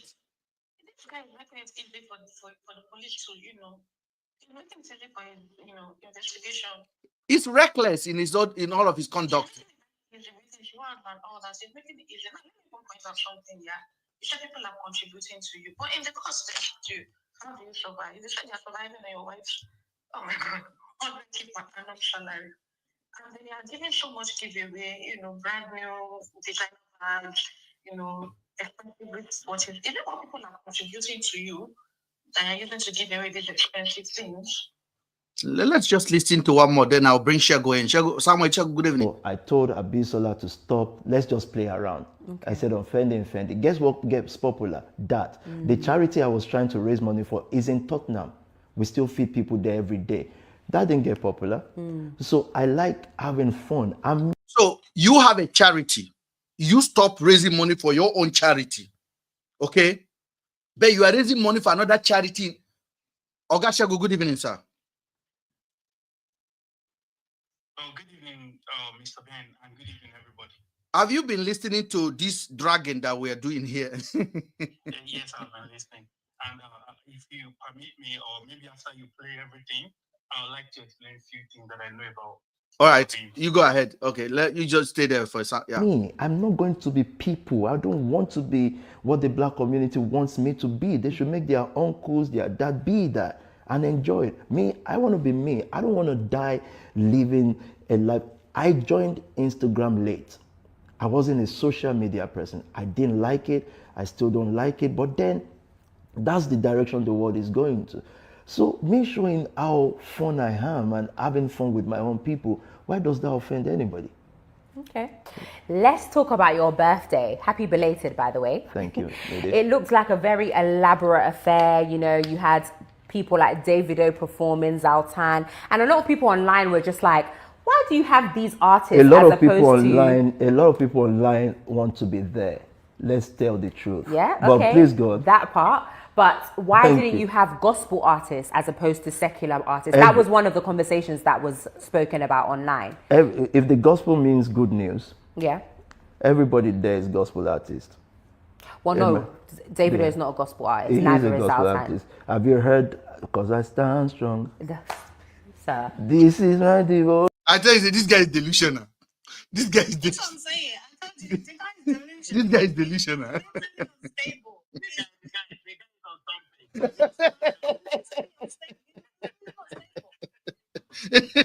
This guy is delusional. Did you hear what he said? This guy is delusional. He even singing the song.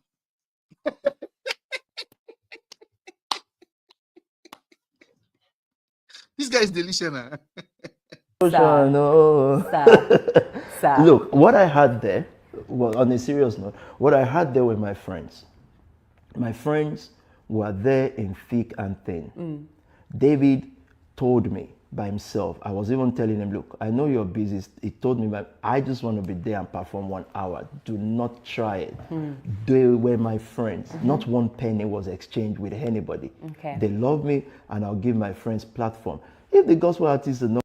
So he is them come to speak out on his behalf. He's giving Davido a platform.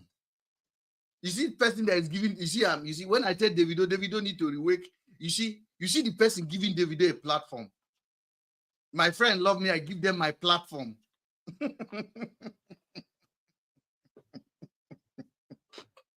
My friend, if they are not coming to us, if they are joining the bad wagon to say, is that a church? What should I do? Drag them with rope? It's my friends. My friends will be there. If the gospel people like me, I don't like those who don't like us. It's simple. So my friends were there. Everybody in that room are my friends. Every single person. Zlatan is like a son to me.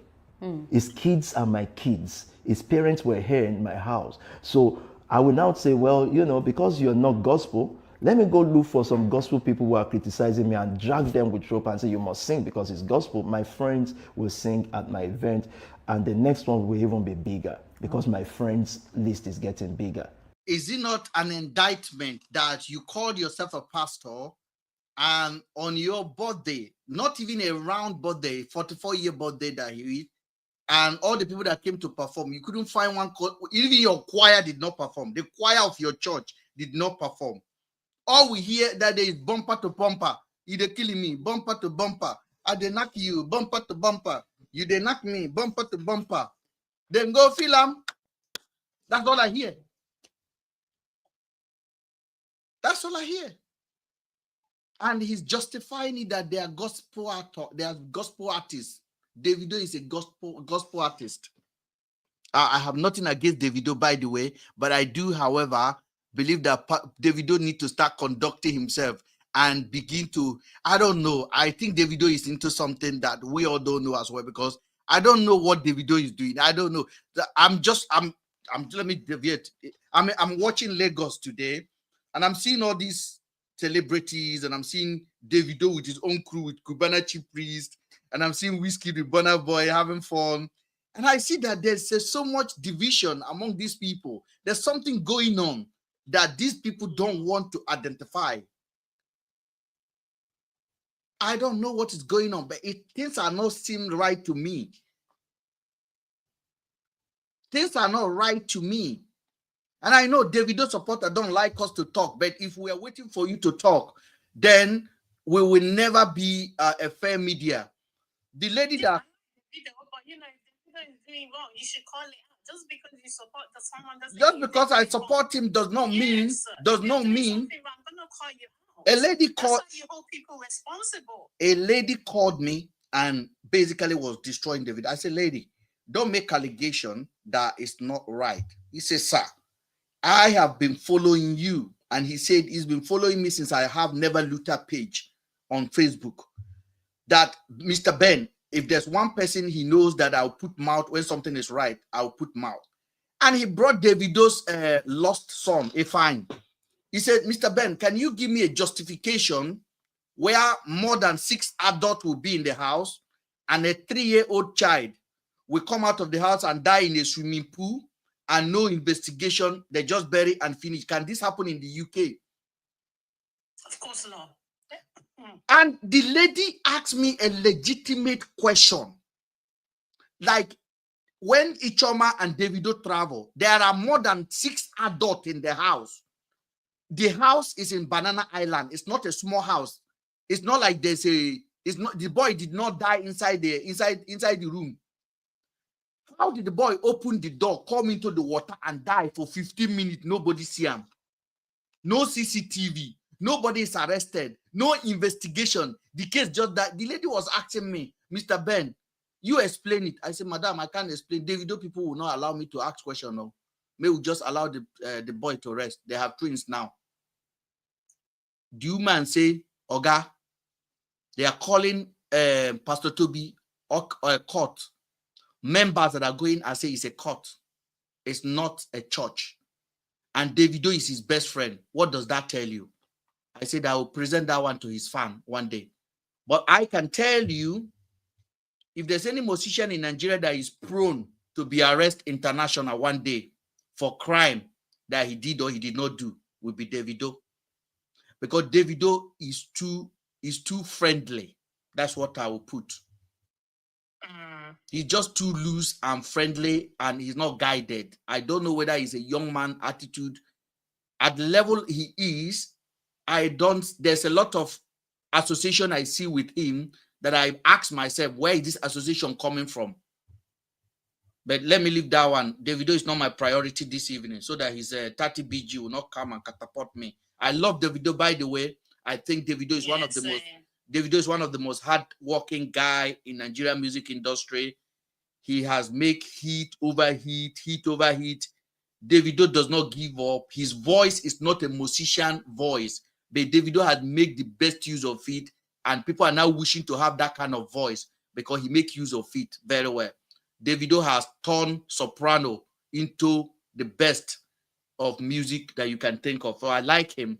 But as a media guy, when we talk like this, we have to diversify.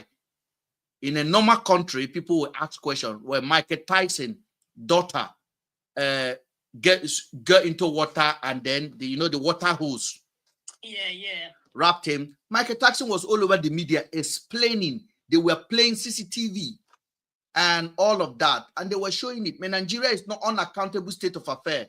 If a child like that passed away from here, the first thing the police will arrest is everybody in that house. Everybody in that house will be arrested, and they will have to explain and account for themselves what happened. So anybody who is having a suspicious against Davido, they're within their right to have that suspicious. Just because we are in a zoo land where people don't explain things. There's so many things that is going on in Nigeria that sometimes we have to talk about. But Nigerians are emotional.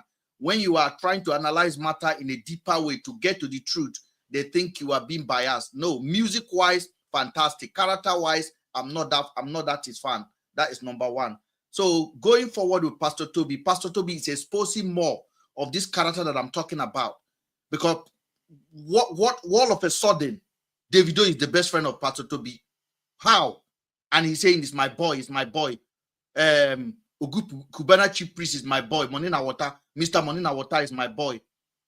By the way, it was me that made the video that hit 500,000. From the day that video went viral, Chief Priest have never said Monina Water anymore. Go and check.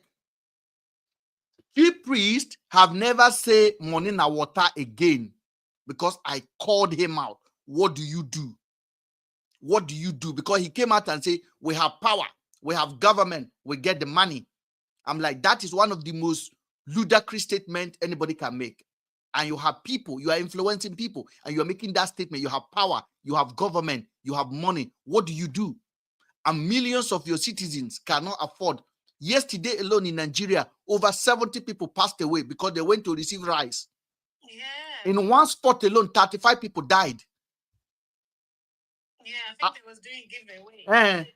Giveaway. Who is doing giveaway for us in the UK? We don't need it. Everybody's going to eat. In short, I have so much rice to eat, I can't even eat it.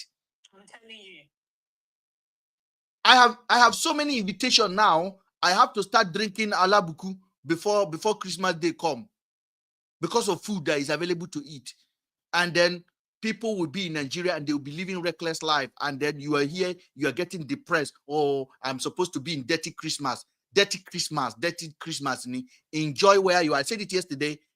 If you find yourself in the UK, enjoy dinner with your family, have a great time with your kid, and enjoy your life. If you have friends, call them. Send the money to Nigeria and support the people you want to support, because that country is going crazy right now. If 100 people can pass away for going to collect rice, I don't know what to call that nation anymore. Rice to put in your mouth. Yeah, and Nigeria, they just like free stuff. They're just beggars. Like, forgive me. Like, even if they're okay, they still want. There's some of them are selling it as well. Some of them was content. That's the problem. Some of them will sell it. Because I don't understand why, why you're just going to get rice. Like, I'm like, didn't you eat? and then you're coming. Thank you, They Mary. say, like, from So zero I need a moment. Okay, so unfortunately, there's a stereotype when it comes to Nigerian pastors that they steal money, they just open churches for the money of it. Do you feel like you're contributing to that narrative? What I'm contributing to the narrative is that a church can go on the street, take knives off the street, convert people from prison, from gangs into world-class leaders. That's the fact. That a church can organize what we did this year, lead over 2,000 women to number 10, talking about women empowerment. That a church can hold a program for those who are aspiring footballers. The video is available. He said he led over 2,000 women. Please take a trip to his page and see it. They are not up to 100 and 450. He said 2,000 women to number 10. Do you know what 2,000 people will be? He likes to exaggerate. Toby is a funny guy. Bring close to 5,000 people for free and make people win. This is the narrative we're contributing to. If I take money, why would I be giving these things back to the community? It's expensive to do. And it also comes back with backlash that you're wondering why. That a church can organize football matches, that a church can organize fashion show because of the people who want to be in the fashion industry. And the fashion industry will shut the door against them. So these things are online. This is what I'm contributing. If I want to be the stereotype pastor stuff, I won't give these things back to our community. Because why should I? If you read the report, for those of you guys that are going to read the report, this is exactly what the immigration talk about. That Toby exaggerated everything.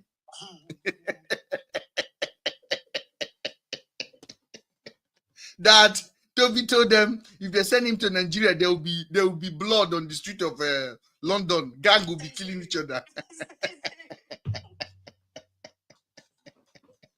So they were like, which London are you talking about? You don't even know. People don't know where they are. I think he still has even though he's been here for long, he still has the Nigerian mentality. That's the only thing I can say. Because his excuses are so funny. They are jokes. Pastors live. They don't know how their pastors live. The only offense they may have against me is I live my truth. Pastors have cars, they have things, they hide it so that people don't attack them. I live my own truth. I don't want to be a fake person. And what the black community wants me to do is to fake. I can't do it. I'd rather be white. So you mentioned in an interview that you did a couple days ago that you've ordained 32 pastors in the last week. I told you this lady is good.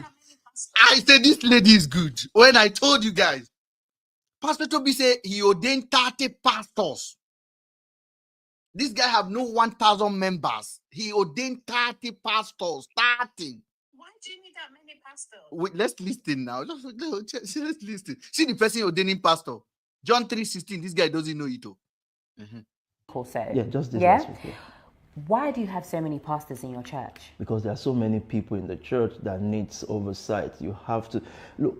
Pastoring is our. There's so many people in the church that need oversight. That you see that bumper to bumper monitoring. The guy is confessing live.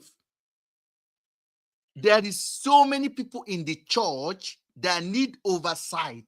So we need to have enough pastor to oversight them. You see the mentoring now.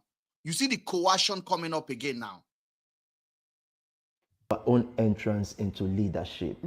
Pastoring is just leadership, having a heart for people and training young people how to have a heart for our community, to make sacrifices so that others can be inspired. The reason why we have many pastors is we believe in young leadership. Okay.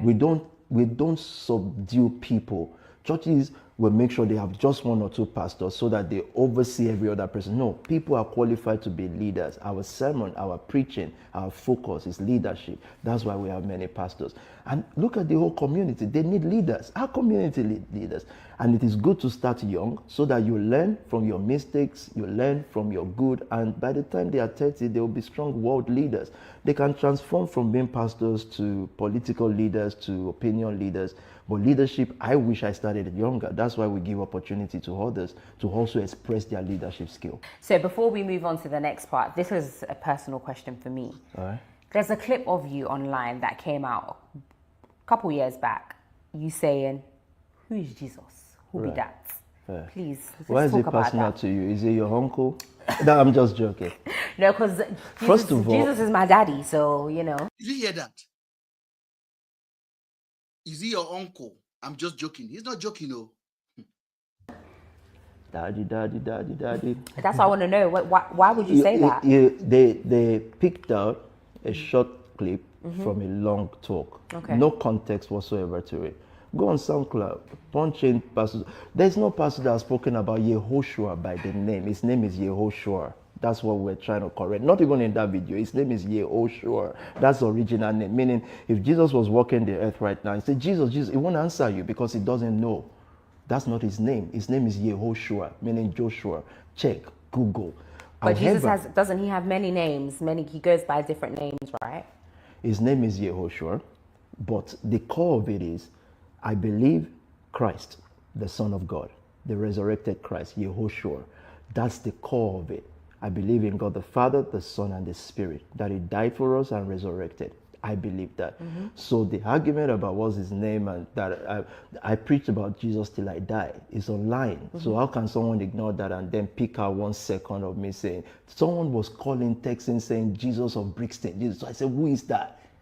So they spin that and make gullible minds to say, do you believe in Jesus? Are we kidding? It's a no, man. I believe it. By the way, again, I emphasize, remember that the sheep that took our fathers out of Africa, what the white man did to us, the sheep that took our fathers out of Africa, where our mothers were in chains, being raped daily, the name of that sheep is Jesus as well. So when you say Jesus is your daddy, please, let us do this with information of the things that have happened to us in the past, how they lured us into believing Western That's nothing religion. to do with Jesus, though. But the name of the sheep is Jesus. So what? But Jesus where's Christ, my personal Lord and Savior, that has nothing to do with that shit. Yehoshua, I Jesus. believe in Yehoshua, Son of the Okay. living God. Are you guys listening to gaslighting? What is he talking about now? Yeah, I'm lost. Like, I'm lost. I almost said, yeah, I'm checked out. I tap out. Because what she's asking him and what he's saying, it doesn't even correspond. It just doesn't make sense. You know? Even the lady's tired. Yes. And if the white man tells you to call him Jesus, that's fine. But Yehoshua is his name. Yehoshua. Everyone watching, don't be ignorant, because we should be scholarly a little bit. It helps a generation so that when our kids ask us questions because of what they will be taught later, we can answer. So Just we Google. should eradicate the word Jesus and now No. go by. It can't be eradicated. We've already played to the gallery of the white man. Whatever they tell us is what we'll do forever. And when our messiahs or when our truth speakers come, we'll fight them because our mind has been tuned towards something that they presented to us and we bother not to check. But we must be like the Berean Christians that Paul spoke about. The Berean Christians, scripture says that they checked whether the things they are being taught is true or not. Okay. That's true Christianity. Do you care about the perception that people have of you, and do you care to change it? No, but the perception people have about me is great on most quarters, depending on when you turn to part-time. I can't please everybody. Fair enough. Otherwise, I'll have to kill myself. You can never please humanity. Humans have perception. In your own little family or big family, people have perception. In just 5 people family, they have perception about these. If we keep changing, today, if I stop wearing drip, they would say it's gone broke. If I wear drip, they would say it's lavish. If I do this, so I'm not going to kill myself to make strangers, people I don't know. Now, let me tell you another thing. I don't think people understand how many people work. I'm actually done, guys. We can conclude this now. We are over 3 hours on this particular segment. He's just going for one. He's just nobody had a problem with Toby because he's wearing drip. We have a problem with where that source of income was coming from. We have a problem with the allegation that is being laid against you, which you basically have no defense over. You are gaslighting at most, and you are basically making it look like a joke. And this allegation, now, this guy have audacity to stand here and start condemning white people. I'm not a fan of the histories of slavery anyway. But you are doing the same thing to the black community. You've been accused of doing the same thing to the black community. Not even just black community, Nigerian descendant that live in this country, basically. It is outrageous that he's gaslighting and he's making it look like a fun. And I'm not blaming him per se. I blame the system that basically take their eye away from our community. When crime is happening between us, they look the other way around. And we have to do better. I am a community leader in my own way. And I make sure I normally challenge the norms that is available in the society, in our community. What Toby is doing is ridiculous. It's the same stereotype that they give to foreigners that this Toby is exhibiting. You cannot tell me you live in this country for this long and you have lived this affluent life without any tangible explanation of how you're getting the income.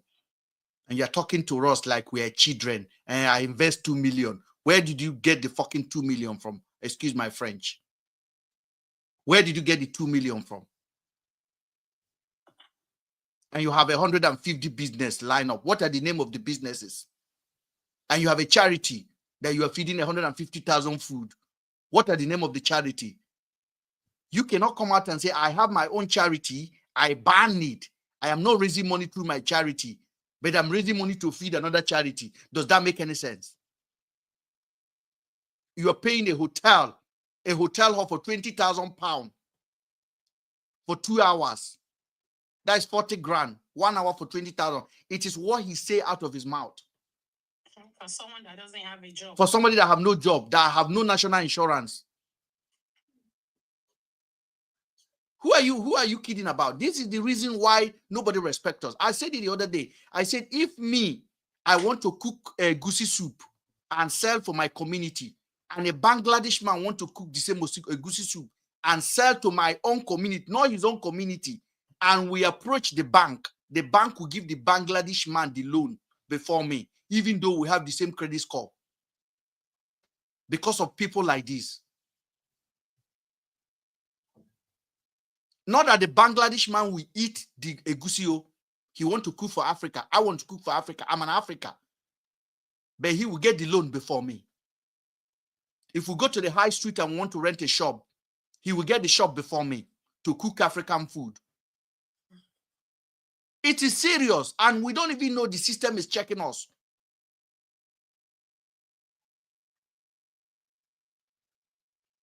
And then when we are talking, then he's gaslighting.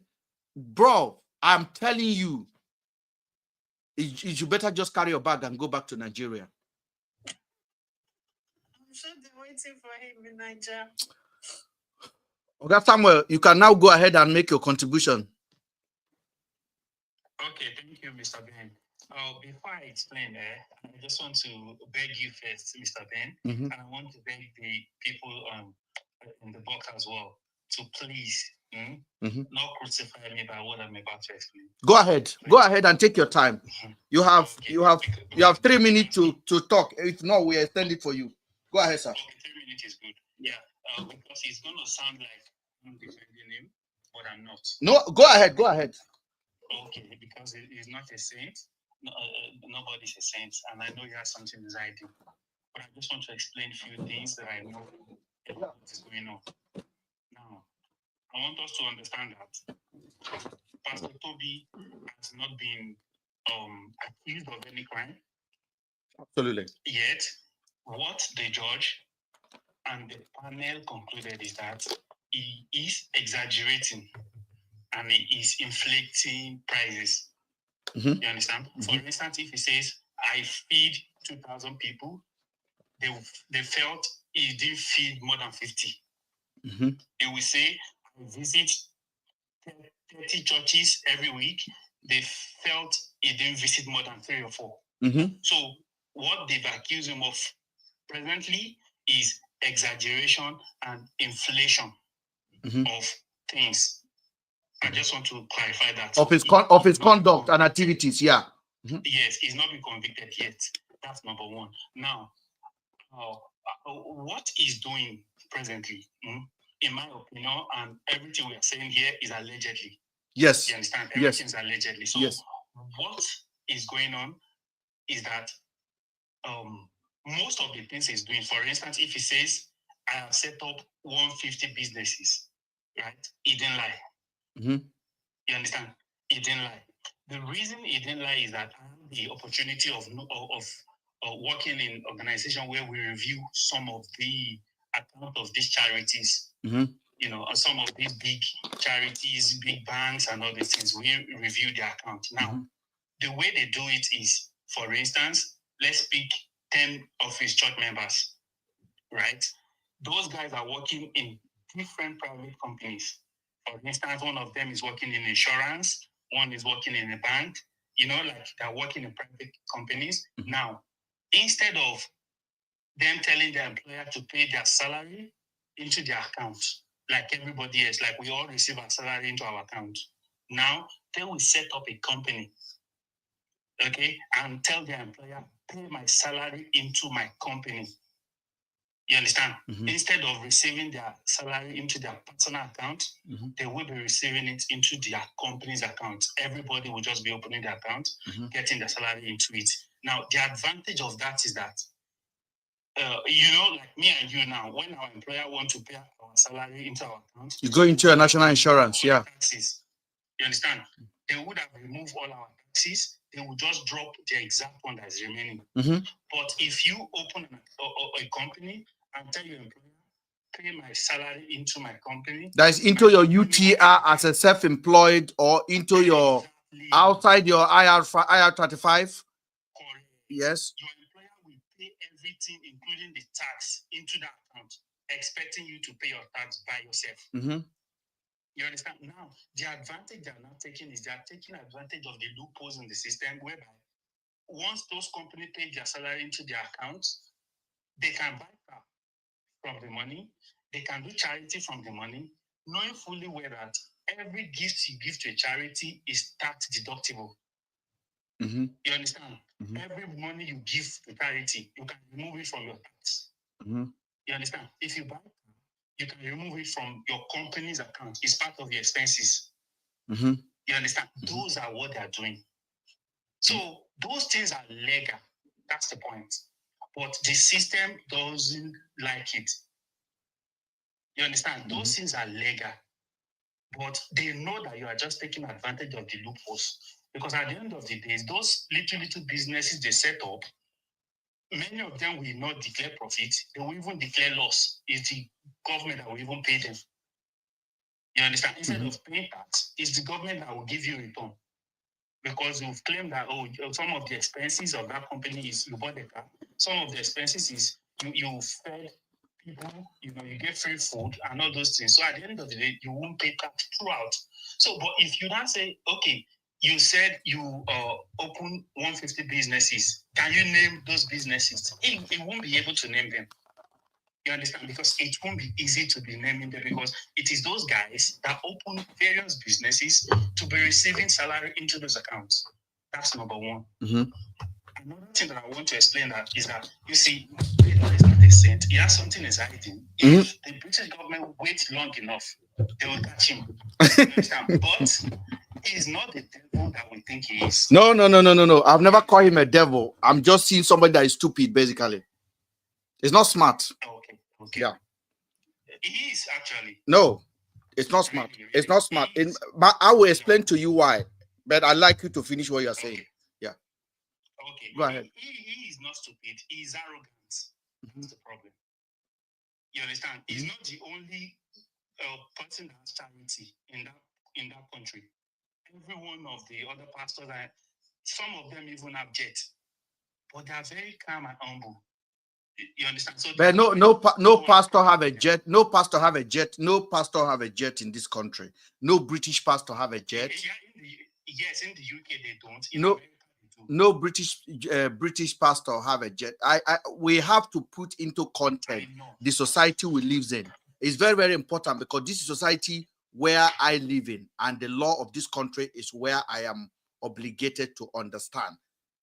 We cannot justify what Toby is doing as anything to copy. The reason I am very careful about that is this. Toby operate, if this format that you gave now is what is sustaining him, it is more or less, yes, it's more or less a criminal enterprise, basically. Because the reason why the government is basically stopping IR35 is because of a loophole like this. The legitimate contract owner that do IT that is on 80,000 a year could have taken advantage of that and do something with their life. But with this kind of system now, I still don't think, because that should be verifiable. And I don't know. I don't understand why Toby is even in conversation, my brother. This guy is not supposed to even be talking. Brother, do you understand what I'm saying? But the UK police has investigated him for 5 years. No. They didn't find one. No. Because if you're doing this charity things, I'm telling you, they will not catch you. My brother, hold on. Because those things are legal, but they are big loopholes. Hold on. I tell you something. Where all of this you say is fine. I understand it. Sorry. Go ahead. Okay. So another way they use, which are legal, you understand, is that you see for charities, because everything you give charities are tax deductible, right? These guys will now say, this is exactly the way he's saying it. We feed 2,000 people. So even if it is 100 people you feed, the government has created the loophole already. You understand? One loophole that the government has created is that they are not letting charity to pay tax. You have created a loophole if you're not letting churches to pay tax. You understand? And these guys are even some churches are making money more than some banks. And you're saying they should not pay tax. You are the one that created the loopholes. So a smart person will take advantage of that loophole. That's what he's doing. That is why the British police could not catch him for 5 years. Because those things are legal. But, it looked dodgy. But it's your fault as a government. Because why are churches not paying taxes when they're collecting tithes? Everybody is giving them 10% of their salary. So why are you not collecting taxes from them? You understand? So another thing they are doing is this, this auction. When people, when you auction things, you buy things. Now, you see, before, if you want to buy something auction, you have to go there in person, physically. Where they will be saying, £100, £110, £120. If you are the one that made the last price, they will ring the bell. Now, auction is done online now. You understand? Whereby online, people will make prices online. You pay online, you get the receipt online. You don't have to be present. You understand? So they are using those same auction system, whereby it is the charity that, for instance, a charity company can buy a artwork, for instance, in Australia for $100. He can bring it into the UK and say it is $1 million. You understand? But he's not physically there in Australia to buy it. He bought it online, he paid online, he got receipt online. You as a British government can't go to Australia to confirm. All you will see is the receipt and the artwork. But because this is a charity that is buying it, they have the right to deduct that 1 million or cost of that artwork from their tax. You understand? Because everything a charity does is tax deductible. Even though the artwork costs only €100. You understand? But they say we bought it for 1 million. But because you can't really prove it as a government, you are the one that created the loophole. You understand? You are the one that aids them to allow them to do all those things. So those things are legal. That's the problem. But if the British government waits long enough, they will catch him. What advice do you have? They've exonerated him from everything. You understand? If they deport him like that, say, in fact, one of his plans is for them to deport him. That's why he's he keep provoking them. You understand? You see, the deportation is like when they send somebody to jail for a particular offense, you serve your time. They can't convict you twice for the same crime. For the same crime, yeah. You understand?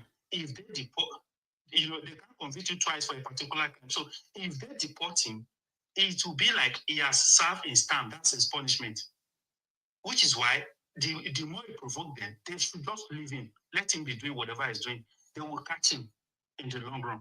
But if they deport him, they will not catch him again. He's gone. And the funniest thing is, if they deport him, he's not going to Nigeria. He's going to the Caribbean. In some of these North Americans, you can buy passport for $350,000. You understand? He can buy passport. He's going to continue to live great. So the best thing is for them to leave him. Do you leave him long enough? Do you think he's a wise man with his conduct? And what do you think about all the allegations that come from the community that he said he pastored? All those allegations are quite disturbing. What advice do you have? I will consider him with, they use this language for some people. They will say evil genius. You know, those professors that are very smart, but it is evil thing, bad thing they try to discover. Mm-hmm. You know, those kind of professors. Yeah, catch me if you can, that kind of mentality. Yeah. Mm-hmm. Evil genius. That's the kind of person he is. He's a genius, but he's the negative one. Like evil, when they make every rule, is the exception that you are looking for, not the real rule you want to follow. You know, people like that. Because I said to every rule, there's an exemption. Exactly. People like that. Is the exemption they're looking for, the loophole. So he's an evil genius, but he's smart, to be honest. The evil one. I think the British system are watching him, though. Don't you think so? Correct. They will catch him. That's why I said they should not deport him. He's trying to provoke them to deport him. And if they deport him, that would have been his sentence. That's the judgment. What they can now say, Nigerian government should bring him back because we discovered something. No, they won't be able to do that again legally. You understand? If they deport him, it will be a struggle for them to say Nigerian government should bring him back. But if they leave him, even if he's 50 years, Oyinbo will catch you. Even if it's 50 years, so they should leave him. Thank you, Sam. Somewhere, Pastor Toby has basically said Nigeria should be proud of him. Do you think we should be proud of him as the British society that in our community? Should we be emulating Pastor Toby as a role model for how to survive in the UK? A man that came into this country 2005, facing deportation in 2024. No, we can't be proud of him. We were skeptical about Hush Puppy. Is he a good person? Is he a bad person? Until they got proof about Hush Puppy. You understand? So we can't be proud of him yet. But in the long run, if they still didn't find anything against him, then we will have to be proud of him. Then we'll say he got the better of the system. Exactly. But can we give an example? Can we just make it clear that the British society that we know, no crime like this survive, nobody like this survive it. It is impossible. In this British society, we haven't seen anybody that made it through in drug business. To differ a little bit, okay, go ahead, sir. I beg to agree. The reason is that people are getting away with exactly what he's doing since the 50s. The problem is his arrogance. You can't steal somebody's money and still dazzle it in his eye. Many of our employers are cheating us. You understand? Many of our employers are overtaxing us. Okay, for instance, during the COVID, you understand? During the COVID, many of our employers took money from the government. In 50,000, 100,000, different money, yeah. Exactly. So for example, I have a friend that was doing security job. You know this security job where they will go to Tesco and stand a security. Now, his employer took money from the government on this boy, and the Tesco company he was guarding also paid the employer. What about that? You understand? the company took money from government during COVID. That our customers are not paying us. Help us to pay our staff. The government gave the company money, and Tesco that this guy was guiding during COVID also paid the company. And if that's fraud. Yeah, that's fraud. If that information come to light, that man will go to jail. No, it's not. It's not an individual. It's a company. It's a company. So whoever is the director is a fraud, isn't it? Mm-hmm. But many of them are doing it, but they just coded. It's coded. But his own is doing it, is showing it off. That's the problem. No, but just because they're doing it, that you feel like they're doing it and they're getting away with it, sooner or later they are gonna get caught, and the company is gonna pay for it. That's the difference. It might take them 10 years, 20 years, but eventually they are gonna get caught. You better just believe that. Yeah, I believe it. But the thing is, most of those things are legal. The government has created so many things that makes those things look legal. That's the problem. I'll give an example of our own country in Nigeria, for instance. As a president, as a governor, as a councillor in Nigeria, there's some legal right you have. For instance, if you go to a meeting as a councillor or as a governor, you have meeting allowance. You understand? And you can choose to be having meeting every day. You understand? And collecting the money. Exactly. You can choose to organize meeting that does not even have any meaning. But because it's there that you are allowed a meeting allowance, you can be having meeting even with your own children. A meeting is a meeting. You can see how government is hating all these things. But that's why mentality like that is the reason why 35 people died yesterday and 10 died day before yesterday. Is the mentality like that. And if you see some of the things that made us to jackpot from Nigeria is this kind of behavior of Toby, of this exaggeration, this kind of lifestyle, this kind of bravogado, because I know British people that are doing a lot of stuff in a very, very coded way, as you say. But when you see somebody who is basically, I think it's an insult for this guy to come on national TV and say, sorry, and say we should be proud of him. I don't know what we should be proud of him for. Anyway, let me thank you guys for joining today. It has been unbelievable long hours. I planned it and we achieved it. Is there anybody want to have one more say? Then we can end this conversation this afternoon. Thank you so much for that man that gave me a heart. Thank you, brother. I got a heart. Oh. What I do on this platform is to analyze, is to go deeper, and I am asking you for your analytical part of your senses to be joining here so we can look at issues and correct each other and basically do the right thing by our community. We don't have media in the UK for us that deal with our own specific kind of issues. And I believe you can support where we can do these things. Our platform is not monetized. I keep saying it. That's why we're able to have difficult conversations like this. To engage even 10 people is amazing.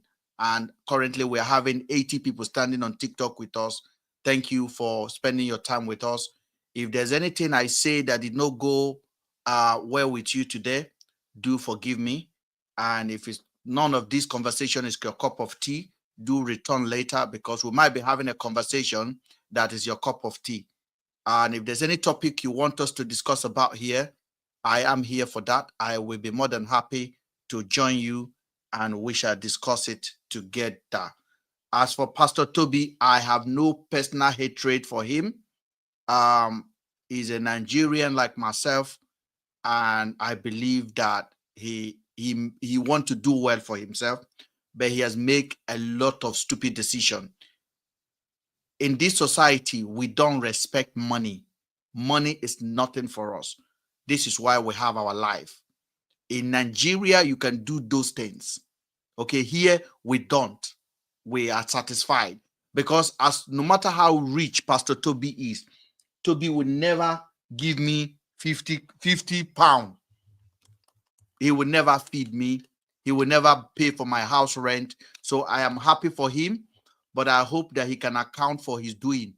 If at the end of the day, as Mr. Samuel said, if at the end of the day, he come up to be to have done everything he's supposed to do by the society and all the allegations are found to be lies, then we will also come here and exonerate him in our platform.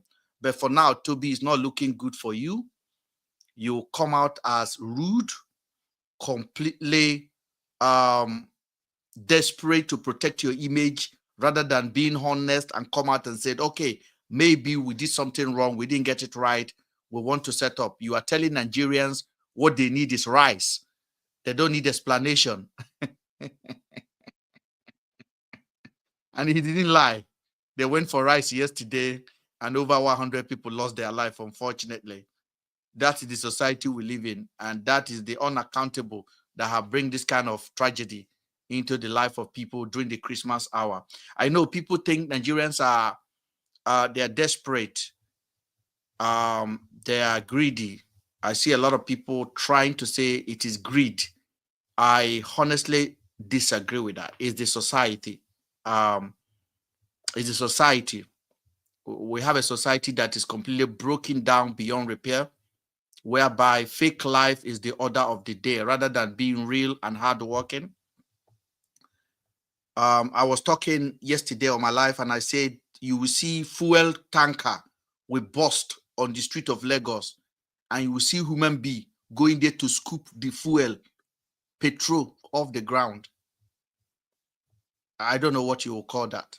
It is out of desperation, lack of education, and survival of the fittest that we live in that country. If I have time, I'll come live tomorrow again. I will try to make it a point. I don't have specific time where I come because I have a day job.